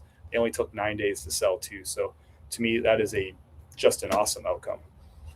Just a really good outcome. Next up is a pair of, a Peter Millar shirt. This is an example of an item that I no longer pick up. Ooh, it's right here. So this is a Peter Millar on an older tag, 100% cotton, men's size, medium. Nice pattern on this shirt, the pink. That's probably why I picked it up. But these used to sell in the low 20s pretty consistently. But Peter Millar really increased their distribution. They've been on the market as a big seller for more and more years now. 5, 6, 7 years ago when I first started this business, this is a great grab. Easy seller, $22 to $25. Now it's more like a $15 to $18 a piece if you want to move them with any kind of consistency. Can you sell one for $25? Sure, but if you list 10 of these for $25, you're going to sit on a lot of them for a long time. This one sold for $17, so I lowered the price because it was in my inventory for a long time, and lowered it to 17, and it finally sold for full asking price. So there you have it. But I used to sell these, $24.99. I'd list these for and take offers. Now I list them for more like 18, 19 bucks. What you're looking for in Peter Millar is the more modern tags. You're looking for polyester spandex blends. You're looking for silk. You're looking for wool. You're looking for linen. You're definitely looking for pants. But a cotton shirt, Peter Millar, most of the time, it's not going to be a great pickup. Will you still sell them? Sure. This one sold for 17 bucks. Poshmark's going to take a 20% fee. That means they're keeping $3.40. That's going to leave me with $13.60. I paid $5. I made $8.60 on this Peter Millar. Not really what I'm looking to do with my business, but it's got to happen. Brands are going to go up and down. You're going to make some decisions right now, and that brand might slow down over the next couple of years, and it might mean you're stuck with it for a little while. Got to lower the price. It happens. It's part of the biz. Do you also do local pickup for eBay? I don't. Learning the Lico, bread and butter, bolo, new tags. It's fun, isn't it? Every business has like their lingo, right? It's fun. What golf brands sell the best? Susie Greer, gosh, tough question to answer. The best thing that you can do, Susie, like really quick research that you can do with just about anything, is you could go into eBay, you can search for golf polos. If you want to learn about polos, put in golf polo and filter that search for sold. So you can look at sold listings, and then filter that search, like sort that search for highest prices, right? And then just scroll down. So it'll show you in order the last 90 days of items that sold for the highest prices, and you'll start getting some really good ideas. You'll start seeing some themes and some repeats. So that's what I would consider doing right there to get you started.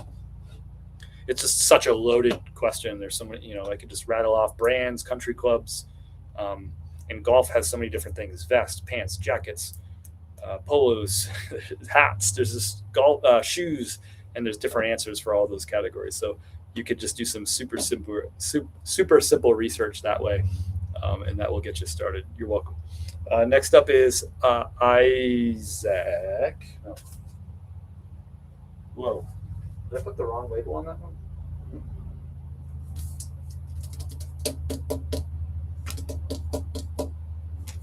I may have.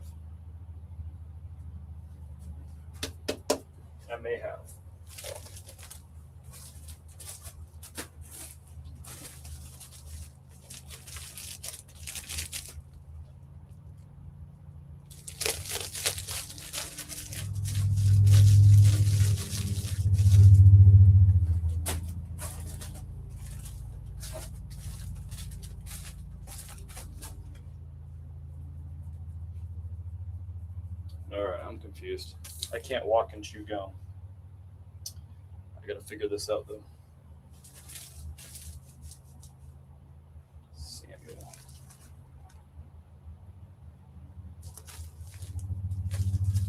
Kristen.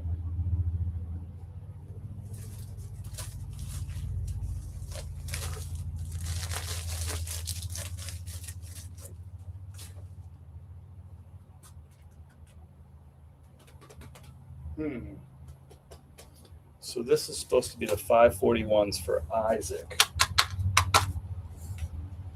Where did I put those jeans? That's the question.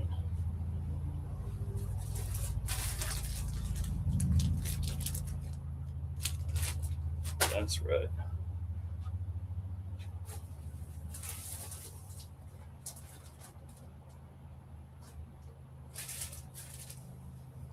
We will figure this out. I am confident, kind of.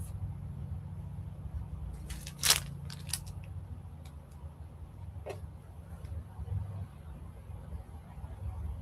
think this might be these. Yep. Figured it out. So, I think I figured it out.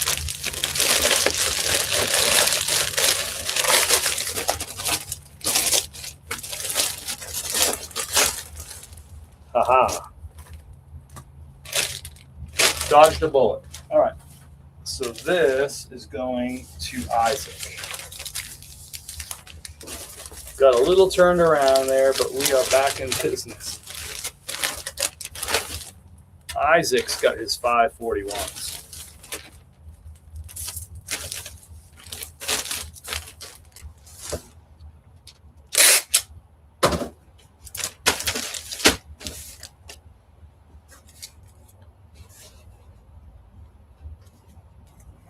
The country club logo blew my mind. Which one is that? I posted a linen blend cricket pearl snap long sleeve for $39 and it sold overnight. Nice. Linen blend cricket pearl snap. I've never found one of those. That's really cool. I usually find cricket polo shirts is usually what I found. I found a short sleeve button down plaid like a couple weeks ago, and I was like, wow, I've never found one of these. But the one that you found sounds really cool. All right, we figured that one out. So now Jacqueline. Okay, I think we're back on track. So we're good. We dodged a bullet. I'll have to reprint Jacqueline's low label right here.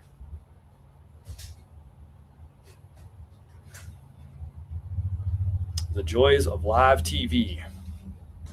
Okay, I think we are back now.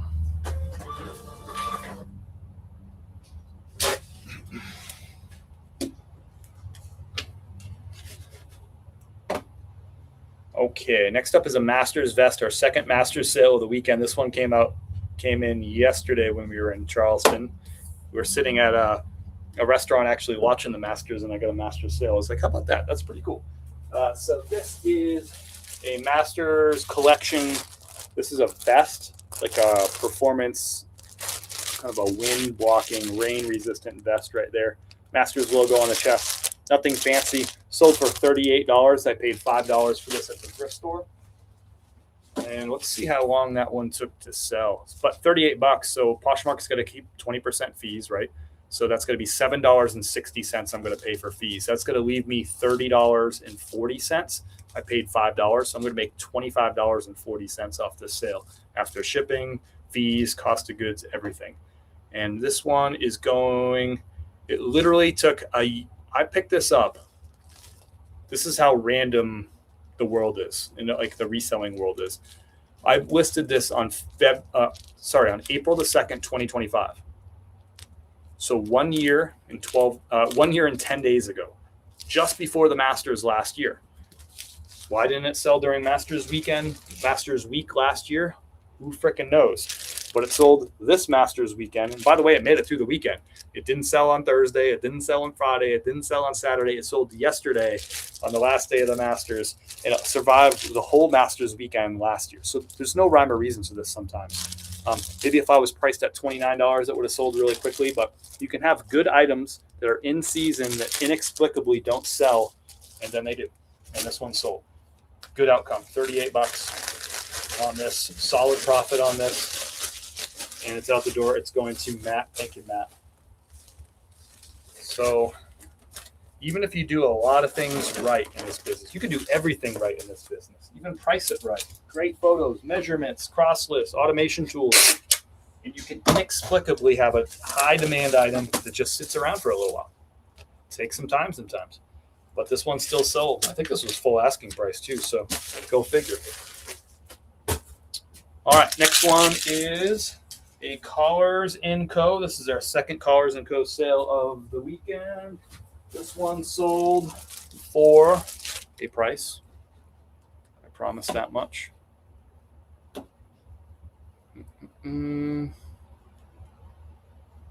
This one sold. This was full asking price, $43. Really nice. Look at you can see the logo right there, Collars & Co. Nice pattern on this one. And sold for $43. I bought 80 of these. My average cost is somewhere around $22 to $23 per.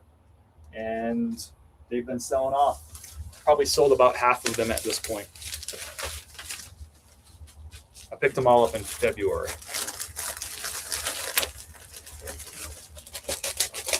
So that's 2 of them gone over the weekend. Got some golf polos coming up too.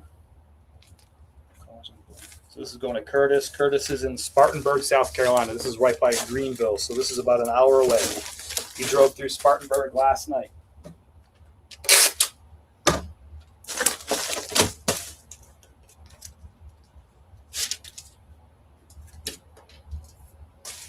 Not huge profit on here, but again, I could source these from Whatnot, from a seller that I bought from before that I trust, and just sit on my couch and just rattle off some sales. Or rattle off some purchases. They show up on my front doorstep. It doesn't get much easier than that. Next up, we got a bundle sale. 2 bad birdies going out to the same buyer. These are women's sleeveless, like tank top golf polos. Really nice pattern on this one. So they're both the same size. Women's size small. I grabbed a medium. Did I? Nope, I got it right. Yeah, 2 size mediums. Bad birdie. Show you the logo. Logo is right there. Nice like tropical patterns on these. Brand new tags. Retail $78 a piece. They are sleeveless polos. These sold for a bundle price of $54. So they were listed for $30 a piece. And this was a Nifty best offer. So they bundled them and Nifty sent a 10% off offer. So $54 total. So $27 a piece on these. And I'm into these for about $9 or $10 a piece. And bought a bunch of them. I've sold a fair amount of them already too, but I still have some more out there as well. So happy with a $54 sale here. These are going to Paulina. Paulina's in South Haven, Mississippi. That's our first Mississippi sale of the weekend. ChatGPT wouldn't give me a way to remove that store tag. Man, I picked up I don't know how to say that brand, but I like that brand. I picked up a Q Performance shirt over the weekend in the thrift store. Forgot to take off the magnetic tag. I didn't go off when I left, so I didn't see it till yesterday. ChatGPT wouldn't give me a way to remove it. Oh, thought you were like stealing it or whatever. I just take it back to the store and have them take it off. Like the next time I go to the store, you know? I don't know if the store is nearby you. That's kind of funny, though, that ChatGPT wouldn't tell you. Thinks you're committing crimes. You criminal over there. What's up, Jack? How are you, brother?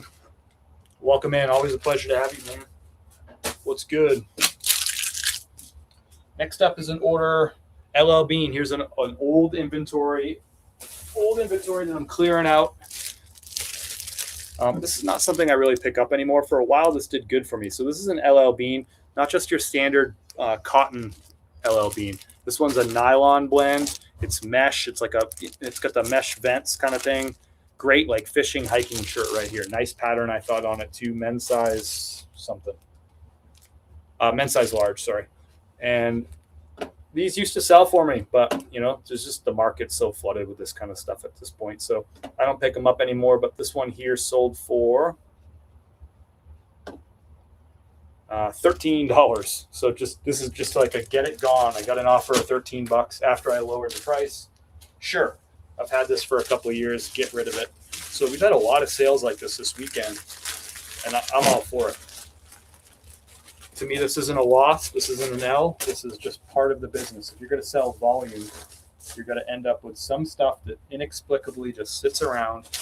And in this case, it's just the market change. So I know why. But nice shirt, though. I probably should have kept this for me. Honestly, for a $13 sale price, I probably should have just kept it for me. I kind of like the shirt. But it's gone, and I don't need any shirts. I have more than enough for clothing, as one could imagine. Somebody who has a clothing business. Kim reminded me today that I have too much stuff in my closet that I got to get rid of some old stuff. So I just said yes, thinking that she'll probably forget about it, and just kind of yesed her. So we'll see how that works. It probably won't. but it was worth a try. Got another bad birdie going out the door. Actually got back-to-back ones here. This one's called the Baby Lush is this one. It's got like a floral print all over. You can see Bad Birdie, the logo. Retail price $78. This sold for a nifty best offer of $27. I had it listed at $30. I had them listed at $35. I had a whole bunch of these. They weren't really selling that great. They were selling, but I have a ton, and they were selling really slowly. Lowered the price to $30, and they seem like they're moving now better over the last like week and a half. So maybe I found the price point that's going to work. $35. They were selling, but I just have too many to wait for. I don't want it to be September and still have these in stock. I want to get them gone. Right now is the best time of year to sell golf polos. So let's move them. I think I'm into these for like $10 or $11 a piece. And again, like multi-quantity stuff. One listing, one round of photos and measurements, and just let them rip. That's my favorite. So this is going to Kristen. Thanks, Kristen. And we got another one right after this. Actually, got 3 in a row. So yeah, I think we found the price point that's going to work for these. Again, if I had 2 of these, I'd just price them. I'd probably price them even higher than 35. But when you have like 60 of them, you have to price a little bit differently if you want them to move. So that one's out the door. Here's the next one. Same thing, $78 retail, Bad Birdie. This one's a men's size extra large. This is called the Savannah Swing Polo. Really nice all over print here. This one sold for a best offer of something. $27, same thing. This is a nifty best offer. So listed at $30. Nifty sent an automatic 10% off offers 10 minutes after somebody liked this item. And that somebody is Selena. Thank you, Selena, for your order. We got another Bad Birdie right after this one. So between the women's ones, that bundle of 2, these 3 in a row, that's 5. Did I sell one on eBay too? I don't remember. Too many sales today to keep them all straight. Again, this is 4 days of sales, a very good 4 days of sales while Kim and I were traveling. Very grateful for it. All right. Oh, did I mix those up? I freaking did. Hey. What? Hey. Yeah. What's up? Milk Lady never came? Not yet. Oh, okay. No, she's going to come. Yes. Did I do this again? How did I do this again? I think I put the wrong label on the wrong shirt. So let's download this. We'll get this straightened out. The joys of live TV, y'all. Do you consign with K-Way? I don't.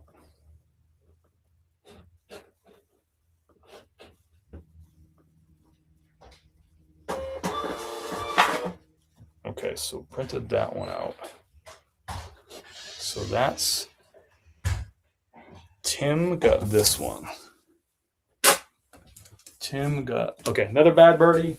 This one's a men's size large. It's got all over golf balls. Kind of a cool pattern right here. This one sold on a best offer of $25. This is called the Aim Point is the name of this polo right here. So again, retail on this is $78. And this one's out the door for $25. So we got this one right. This one's for Tim.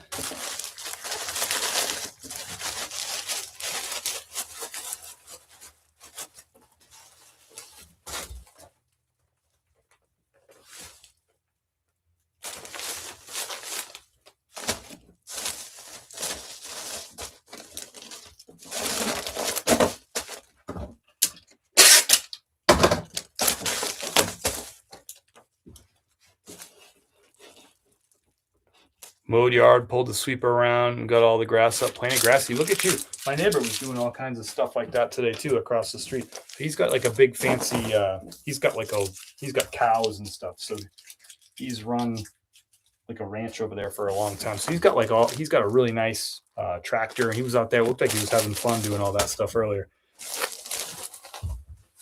So this, just got to open this one up. I think put the wrong one in the wrong bag. Yep, this is going to Kristen. That's her label right there. Just confirm this. Just swap 2 again. I don't do this very often, but I did 2 today.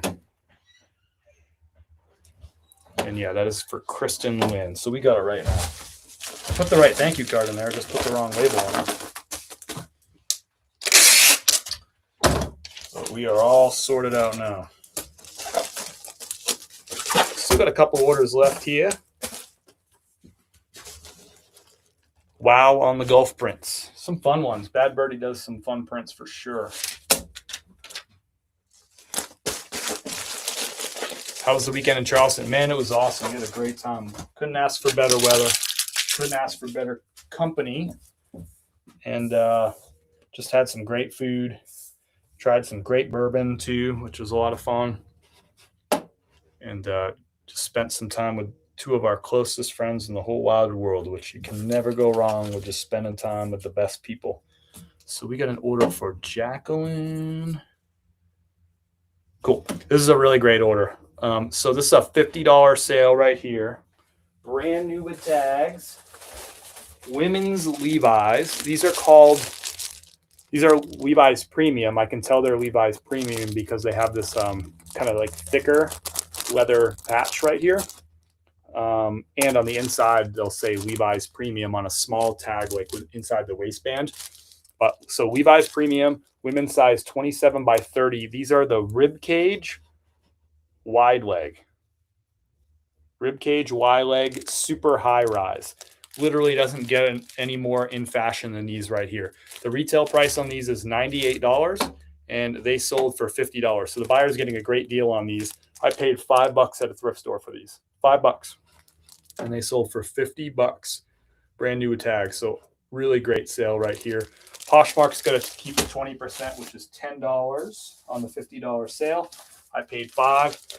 This could be a $35 profit on this pair of jeans right here. Super psyched about that. I actually found 2 pairs. One was the rib cage wide leg, these ones right here. The other was the rib cage bell, which is like flare leg. Those ones were used. These ones were new with tag. And found both of them for $5 in the men's section at the thrift store. Super excited about those sales. I think they were both the same size too, so donated by the same person. I don't buy a lot of women's Levi's to sell, but when you find them, the bell flare leg, or you find, the wide leg, like rib cage wide, like these, easy money, especially brand new with tags on this. Even used, I would have picked these ones up too.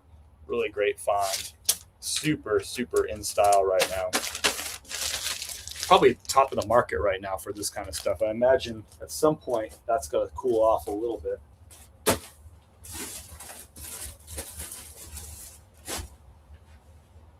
think that's everything. Oh, no, we got an Amazon sale too. I actually didn't print out my shipping label for the Amazon sale. So let's go ahead and do that.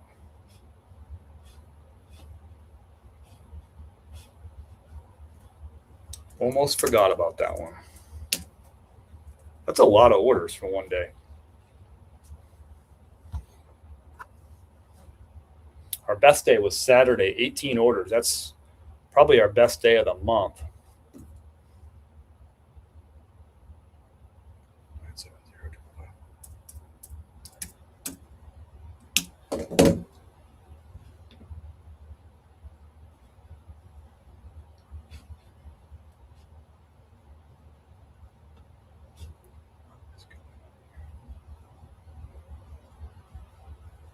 Wait for it.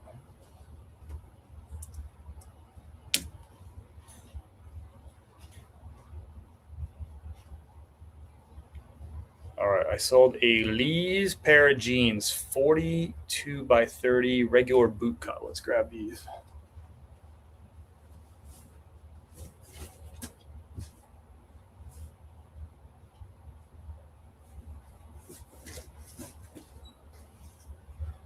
So here they are, Lee's legendary regular boot cut.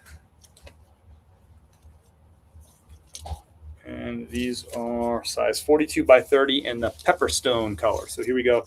These sold on Amazon for $31. $14.84. I paid $14 for these, and the market came down on these. So that's what happens. The market can move pretty quickly on Amazon, particularly. Market moved, came down, had to lower the price. On Amazon, the sale goes to the lowest price, period. There's not like on eBay where you can, people are looking at the different listings. You're searching, you can pick the person that has the better photos, better description. Amazon, the sale goes to the lowest price. So when the market gets flooded on a certain SKU, like this one did, you got to lower your price to the lowest, or you got to wait it out. You got to wait till all the people lower than you sell out of their inventory in order for you to get the sale. And with Amazon, you have a lot of big sellers. Somebody could have had 20 pairs of this exact pair of jeans. So if I'm higher in price than that person and they have 20 of these and I got to wait for them to sell out before I sell, could be waiting a long time. Lowered the price on these, got them out the door for $31.84.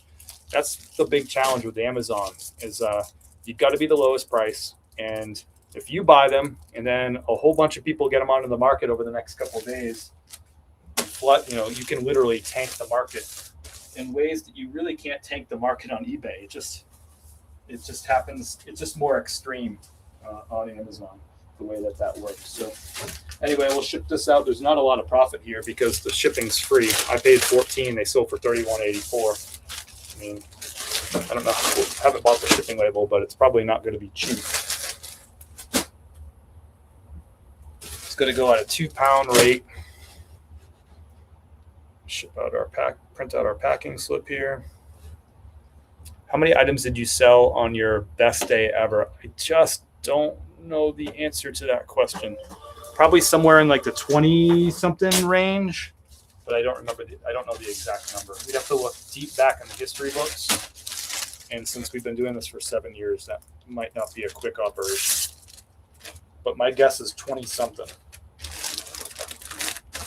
So 18 is really good.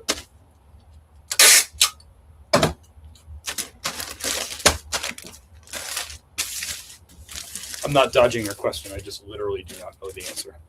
All right, so it wouldn't be like a quick find.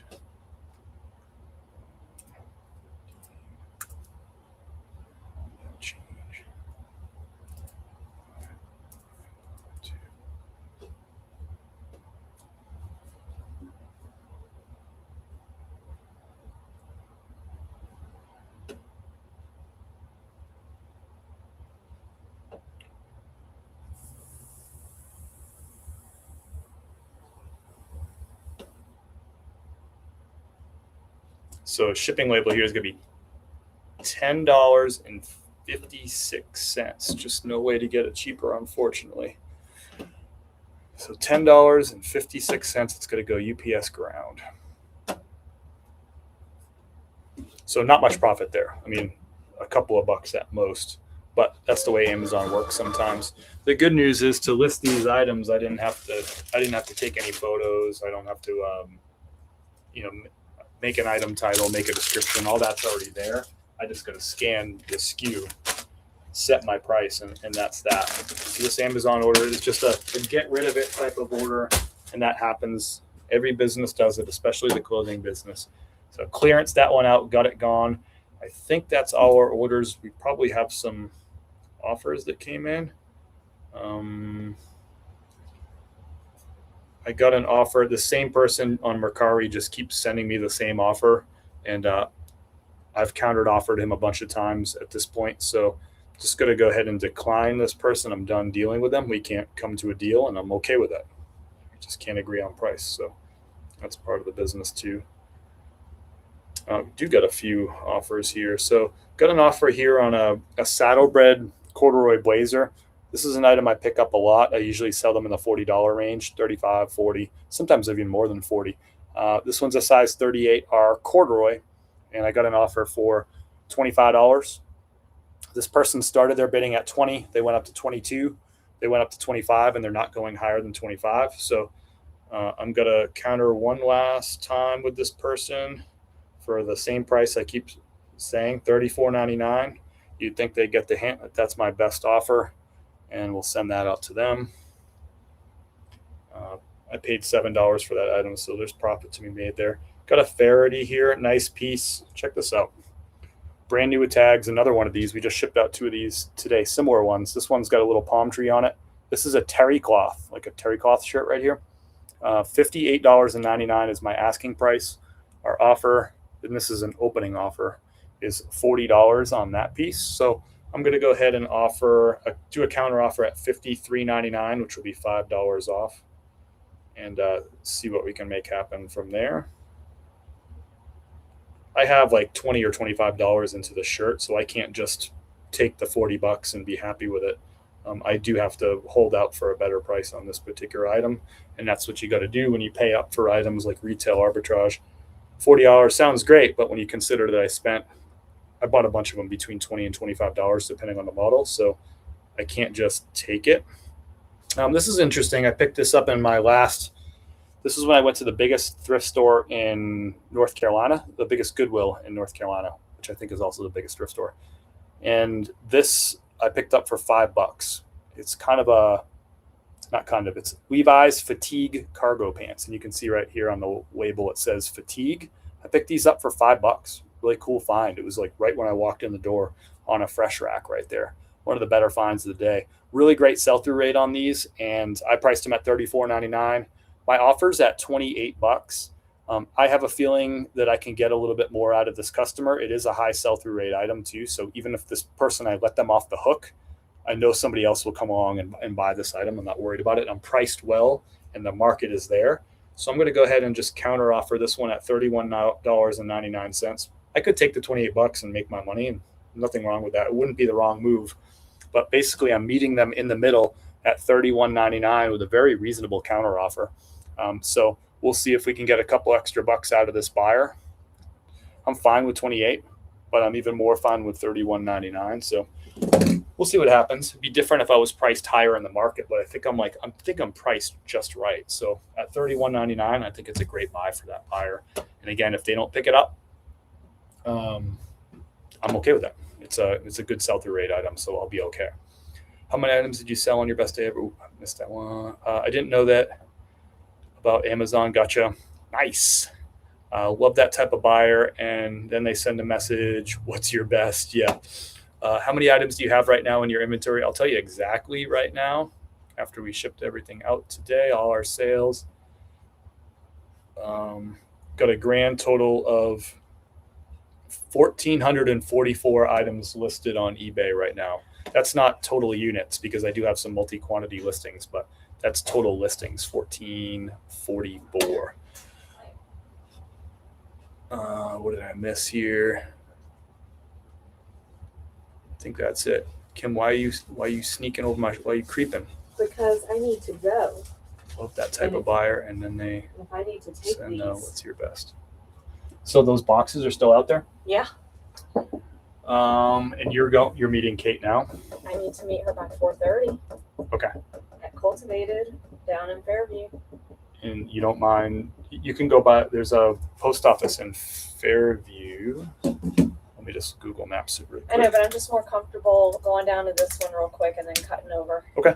So if you can just help me pack it in the car, then we can be good to go. Sounds good. Okay. All right, y'all. Thanks for hanging out for a little bit with me today. I know that was a longer live. What did we do? 2 hours and 57 minutes, but we had a lot of orders to go out from the last 4 days. So hope you had a great weekend and hope you're off to a great start to your week. Hope you find some really great stuff this week. Hope your sales just roll in like wildfire. You just get all the sales this week. I hope that happens. We'll catch you again next Monday, right around noontime Eastern. We'll go live. I'll show you everything that's sold over the weekend. As I end this live, as soon as I end this live, you can rewatch it on YouTube and Facebook. So if you're just jumping in right now and you're like, oh crap, he just shipped out 40 or 50 some odd items and I missed it all, then you can go back and rewatch all that stuff. You can fast forward through my boring rambling.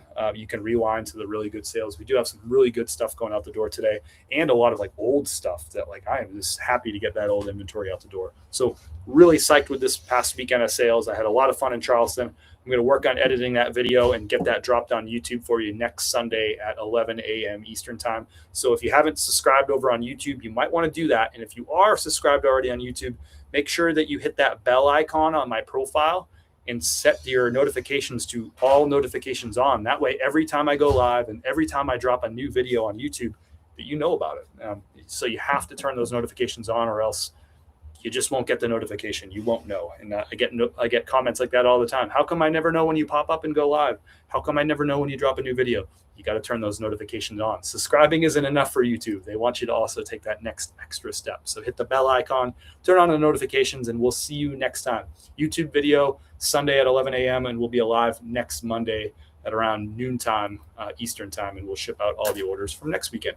Have a great week. I appreciate you spending some time with me today. I had fun. I hope you did too. Thanks, y'all. Thanks, Desert. Thanks, Marie. Appreciate you. Take care. We'll see you next time. So I just saw a mail truck go up the street.